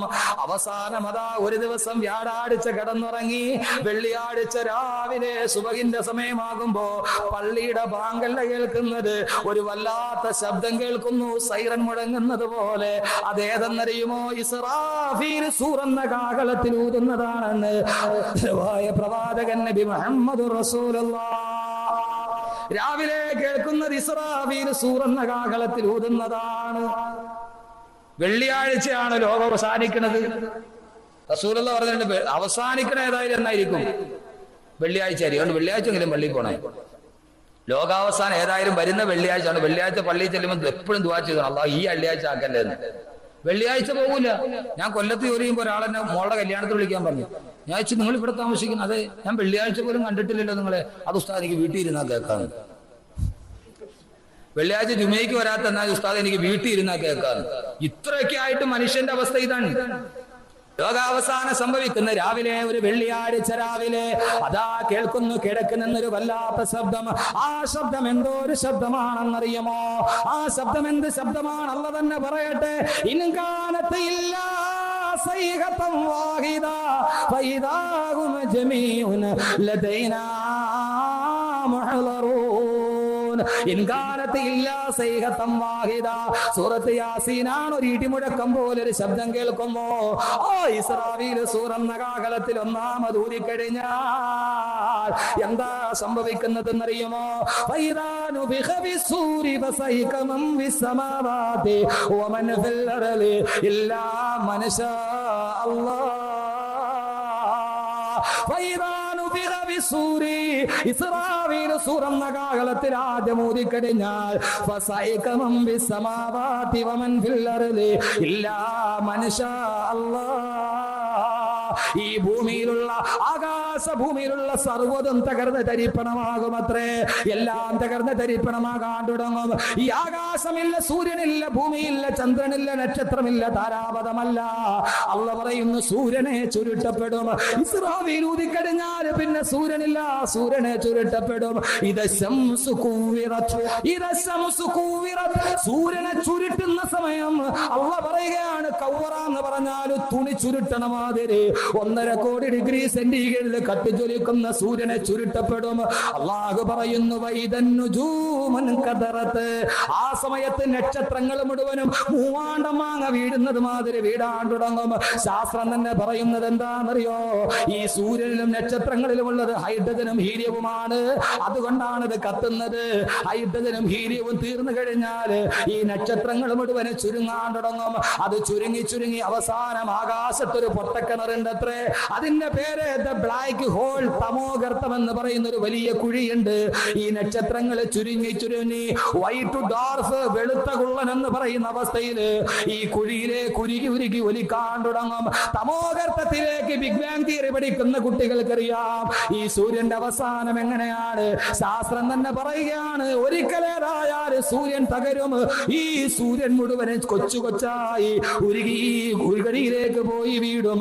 ആ സൂര്യനും നക്ഷത്രങ്ങളും ഉരുകി ഒലിച്ചു വീടുന്ന ദ്രാവകമുണ്ടല്ലോ, അത് ഒരു സ്പൂണിൽ കോരിയെടുത്തിട്ട് അത് കൊണ്ടുവന്ന് തൂക്കി നോക്കിയാൽ ആ ഒരു സ്പൂൺ ദ്രാവകത്തിന് 1000 ടൺ ഭാരമുണ്ടാകുമെന്ന് ശാസ്ത്രലോകം പറയുമ്പോ അല്ലാഹു 14 നൂറ്റാണ്ടുകൾക്ക് മുമ്പ് പറയുകയാ. ഫലാ മനുഷ്യ, കാര്യം നീ നിശ്ചയിക്കുന്നത് പോലെയല്ല. നക്ഷത്രങ്ങൾ വീഴുന്ന സ്ഥലത്തെ കൊണ്ട് ഞാൻ സത്യം ചെയ്യുകയാ. അള്ള പറയുന്ന നക്ഷത്രം പോയി വീഴുന്ന ഒരു ഗുഹയുണ്ടെന്ന് ഖുർആൻ സൂറത്തുൽ വാഖയിൽ പറയുമ്പോ സൂര്യൻ തകരും, നക്ഷത്രം തകരും. സഹോദരങ്ങളെ, സൂര്യൻ നോക്കുമ്പോ ഇസ്രാഫീലിന്റെ കാഹളം കേട്ടിട്ട് ജനങ്ങൾ നോക്കുമ്പോ സൂര്യനെ കാണാനില്ല. നക്ഷത്രങ്ങൾ തീർന്ന് താഴോട്ട് വീഴുന്നു. അള്ളാന്റെ ഖുർആൻ പറയുന്നു വൈദൽ ജിബാലു സുയ്യിറത്ത്, പർവ്വതങ്ങൾ മുഴുവനും തകർന്ന് തരിപ്പണമാകലായി. ആ സമയത്ത് ഭൂമിയുടെ അവസ്ഥ എന്താ? ഇദാ സുൽസിലത്തിൽ അർളു സിൽസാലാ വഅഖറജത്തിൽ അർളു അത്ഖാലഹാ. ഭൂമി കിടുകിടാകടന്ന് പറക്കാൻ തുടങ്ങി. ഭൂമി പല കഷണങ്ങളായിട്ട് പൊട്ടിപ്പിളരലായി. അതിന്റെ ഉള്ളിൽ കിടക്കുന്ന സർവ്വ വസ്തുക്കളും പുറത്തോട്ട് തള്ളലായി. തഫ്സീറിൽ കാണാം, അതേവരെ മയ്യത്തടക്കിയ മയ്യത്തുകൾ മുഴുവനും, കല്ലൂര് പള്ളിക്കുള്ളിൽ അടക്കപ്പെട്ട സർവ്വ മയ്യത്തുകളും വെളിയിലോട്ട് നടക്കലായി. മനുഷ്യൻ നോക്കുമ്പോ അവന്റെ താൽപ്പൂരിലൂടെ മയ്യത്തുകളുടെ പ്രവാഹം ഇങ്ങനെ വരികയാണ്. മനുഷ്യൻ വല്ലാതെ പേടിച്ചു വിറച്ചു പോകും. മനുഷ്യൻ ചോദിക്കും, ഈ ഭൂമിക്ക് എന്ത് പറ്റിപ്പോയി? ഈ ഭൂമിക്ക് എന്ത് പറ്റിപ്പോയി? അതാ ആകാശം താഴോട്ട് വീടുന്നു, നക്ഷത്രങ്ങൾ ഉതിർന്നു വീടുന്നു, സൂര്യനെ ചുരുട്ടപ്പെടുന്നു. ഈ കാണുന്ന പർവ്വതങ്ങളോ അപ്പൂപ്പന്താടി പറക്കുന്നത് പോലെ പാറ കഷണങ്ങൾ തലയുടെ മുകളിലൂടെ പാറി പാറി നടക്കുന്നു. വടവൃക്ഷങ്ങൾ മുഴുവനും തകർന്ന് തരിപ്പണമാകുന്നു. നാൽക്കാലികൾ നിലവിളിക്കാൻ തുടങ്ങുന്നു. ചത്തുപന്തിയ നാൽക്കാലികൾ കാൽക്കീടിലൂടെ ഒലിച്ചു നടക്കുമ്പോ, പാറക്കെട്ടുകൾ തലയിലൂടെ പറന്നു പോകുമ്പോ, ഭൂമി കിടന്നിട്ടൊരു സംഹാര താണ്ഡവമാടുമ്പോ മനുഷ്യൻ ചോദിച്ചു പോകുമ്പോ കാലൽ ഇൻസാനോ മാല, ഈ ഭൂമിക്കെന്ത് പറ്റിപ്പോയി എന്ന് വിചാരിക്കുമ്പോ എല്ലാം തകർന്ന് തരിപ്പണമാകും, പൊട്ടിപ്പിളർന്ന് തകർന്നു വീടും അമ്പരം എന്നുള്ളതും ഖുർആനിലുണ്ട് വിളംബരം. ആകമില്ല, നബൂലയില്ല, പദമില്ല, ഗാലക്സി ഇല്ല, ആകാശമില്ല, പർവ്വതങ്ങളില്ല, നക്ഷത്രങ്ങളില്ല, സമുദ്രങ്ങളില്ല, നദികളില്ല, തടാകങ്ങളില്ല, വൃക്ഷങ്ങളില്ല, മൃഗങ്ങളില്ല, മാമലകളില്ല, വടവൃക്ഷങ്ങളില്ല, കല്ലുകളില്ല, മണ്ണുകളില്ല, ഒന്നുമില്ലാതെ എല്ലാം തകർന്ന് തരിപ്പണമാകലായി. അല്ല പറയുന്നു, കുല്ലുമൻ അലൈഹാ ഫാൻ വയബ്ഖാ വജ്ഹു റബ്ബിക ദുൽ ജലാലി വൽ ഇക്റാം വകുല്ലുമൻ അലൈഹാ ഫാൻ, എല്ലാം തകർന്ന് തരിപ്പണമായി. വയബ്ഖാ വജ്ഹു റബ്ബിക ദുൽ ജലാലി വൽ ഇക്റാം, മാന്യനും പ്രതാപവാനുമായ അല്ലാഹു മാത്രം ബാക്കിയായി. എല്ലാം മരിച്ചു, എല്ലാം മരിച്ചു. മാന്യനും പ്രതാപവാനുമായ അല്ലാഹു മാത്രം ബാക്കിയായി, വേറെ ആരുമില്ല. എല്ലാം ഭൂലോകത്ത് പിന്നെ ഒരു സാധനവും ഇല്ല. സഹോദരങ്ങളെല്ലാം മരിക്കും. ജിബ്രീൽ മരിക്കും, ഇസ്രാഫീൽ മരിക്കും, മീകായിൽ മരിക്കും, മലക്കുകൾ മരിക്കും. അല്ലാഹ് മാത്രം, വേറെ ഒന്നുമില്ല. ഇനി ഇൻഷാ അല്ലാഹ് നാലാമത്തെ ലോകം നാളെ തുടങ്ങും. ഇപ്പൊ 3 ആലമുൽ അർവാഹ്, ആലമുൽ അർഹാം, ആലമുൽ ദുനിയ. ഇനി അടുത്തത് ഇൻഷാ അല്ലാഹ് നമുക്ക് നാളെ പറയാം.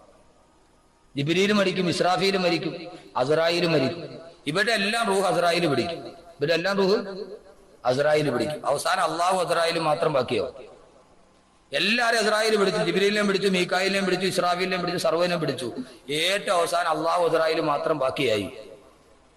അള്ളാഹു അസ്റായീലോട് ബാക്കിയാകുമ്പോ പിന്നെ അസ്റായീൽ 4 പാട് നോക്കിയപ്പോ എല്ലാവരും മരിച്ചു. ഇപ്പൊ ഞാനും അള്ളാഹു മാത്രമേ ഉള്ളൂ. പടച്ചോനെ എന്ത് ചെയ്യും? ഇപ്പൊ അടുത്തതാരാ? അടുത്തത് നീ. അള്ളാഹു ചോദിക്കും, അസ്റായീലെ ആരൊക്കെ ബാക്കി? ഞാനും നീയും ബാക്കി തമ്പുരാനെ. ആരാണ് അസ്റായീലിന്റെ റൂഹ് പിടിക്കുക? ആരാണ് അസ്റായീലിന്റെ റൂഹ് പിടിക്കുക? എല്ലാവരുടെയും റൂഹ് അസ്റായീൽ പിടിച്ചു. അസ്റായീലിന്റെ റൂഹ് ആര് പിടിക്കും? എന്റെ സഹോദരങ്ങളെ, അള്ളാഹു പറയും, അസ്റായീലേ, അസ്റായീലേ, നിന്റെ റൂഹിനെ നീ തന്നെ പിടിക്കുക. ഇതൊരു വല്ലാത്ത സംഭവമാണ്. നിന്റെ റൂഹിനെ നീ തന്നെ പിടിക്കുക. ഞാൻ അവസാനിപ്പിക്കുകയാണ് ഈ വാക്കോടുകൂടെ. അള്ളാഹു പറയുമ്പോ അതേവരെ ലക്ഷക്കണക്കിന് കോടിക്കണക്കിന് മനുഷ്യരുടെ റൂഹ് പിടിച്ച മാലാക, മാതാവിന്റെ മടിയിൽ തലവെച്ചപ്പോ മകന്റെ റൂഹ് പിടിച്ച മാലാക, ഭാര്യയുടെ മടിയിൽ തലവെച്ച് കിടക്കുന്ന ഭർത്താവിനെ ഒരു ദയമില്ലാതെ പിടിച്ചു പറന്ന മരണത്തിന്റെ മാലാക, സ്വന്തമായിട്ട് റൂഹങ്ങ് പിടിക്കാൻ തുടങ്ങുമ്പോ അസ്റായീൽ റൂഹ് പിടിച്ച് അവസാനം അസ്റായീലിന്റെ റൂഹ് തൊണ്ടക്കുടിയിലെത്തുമ്പോ മരണത്തിന്റെ വെപ്രാളത്തിൽ പെടയുന്ന അസ്റായീൽ അള്ളാഹിനോട് പറയുമത്രേ, അല്ലാഹുവേ, അല്ലാഹുവേ, അല്ലാഹുവേ, പടച്ചവനെ, മരണത്തിന് ഇത്രത്തോളം വേദനയുണ്ടെന്ന് ഇതിനു മുമ്പ് ഞാൻ അറിഞ്ഞിരുന്നെങ്കിൽ ഒരു മനുഷ്യന്റെ റൂഹ് പോലും ഞാൻ പിടിക്കുമായിരുന്നില്ല. അല്ലാ, മരണവേദന ഇത്ര ഭീകരമാണെന്ന് ഞാൻ ഇതിനു മുമ്പ് അറിഞ്ഞിരുന്നെങ്കിൽ ഒരു മനുഷ്യന്റെ റൂഹ് പോലും ഞാൻ പിടിക്കുമായിരുന്നില്ല തമ്പുരാനെ.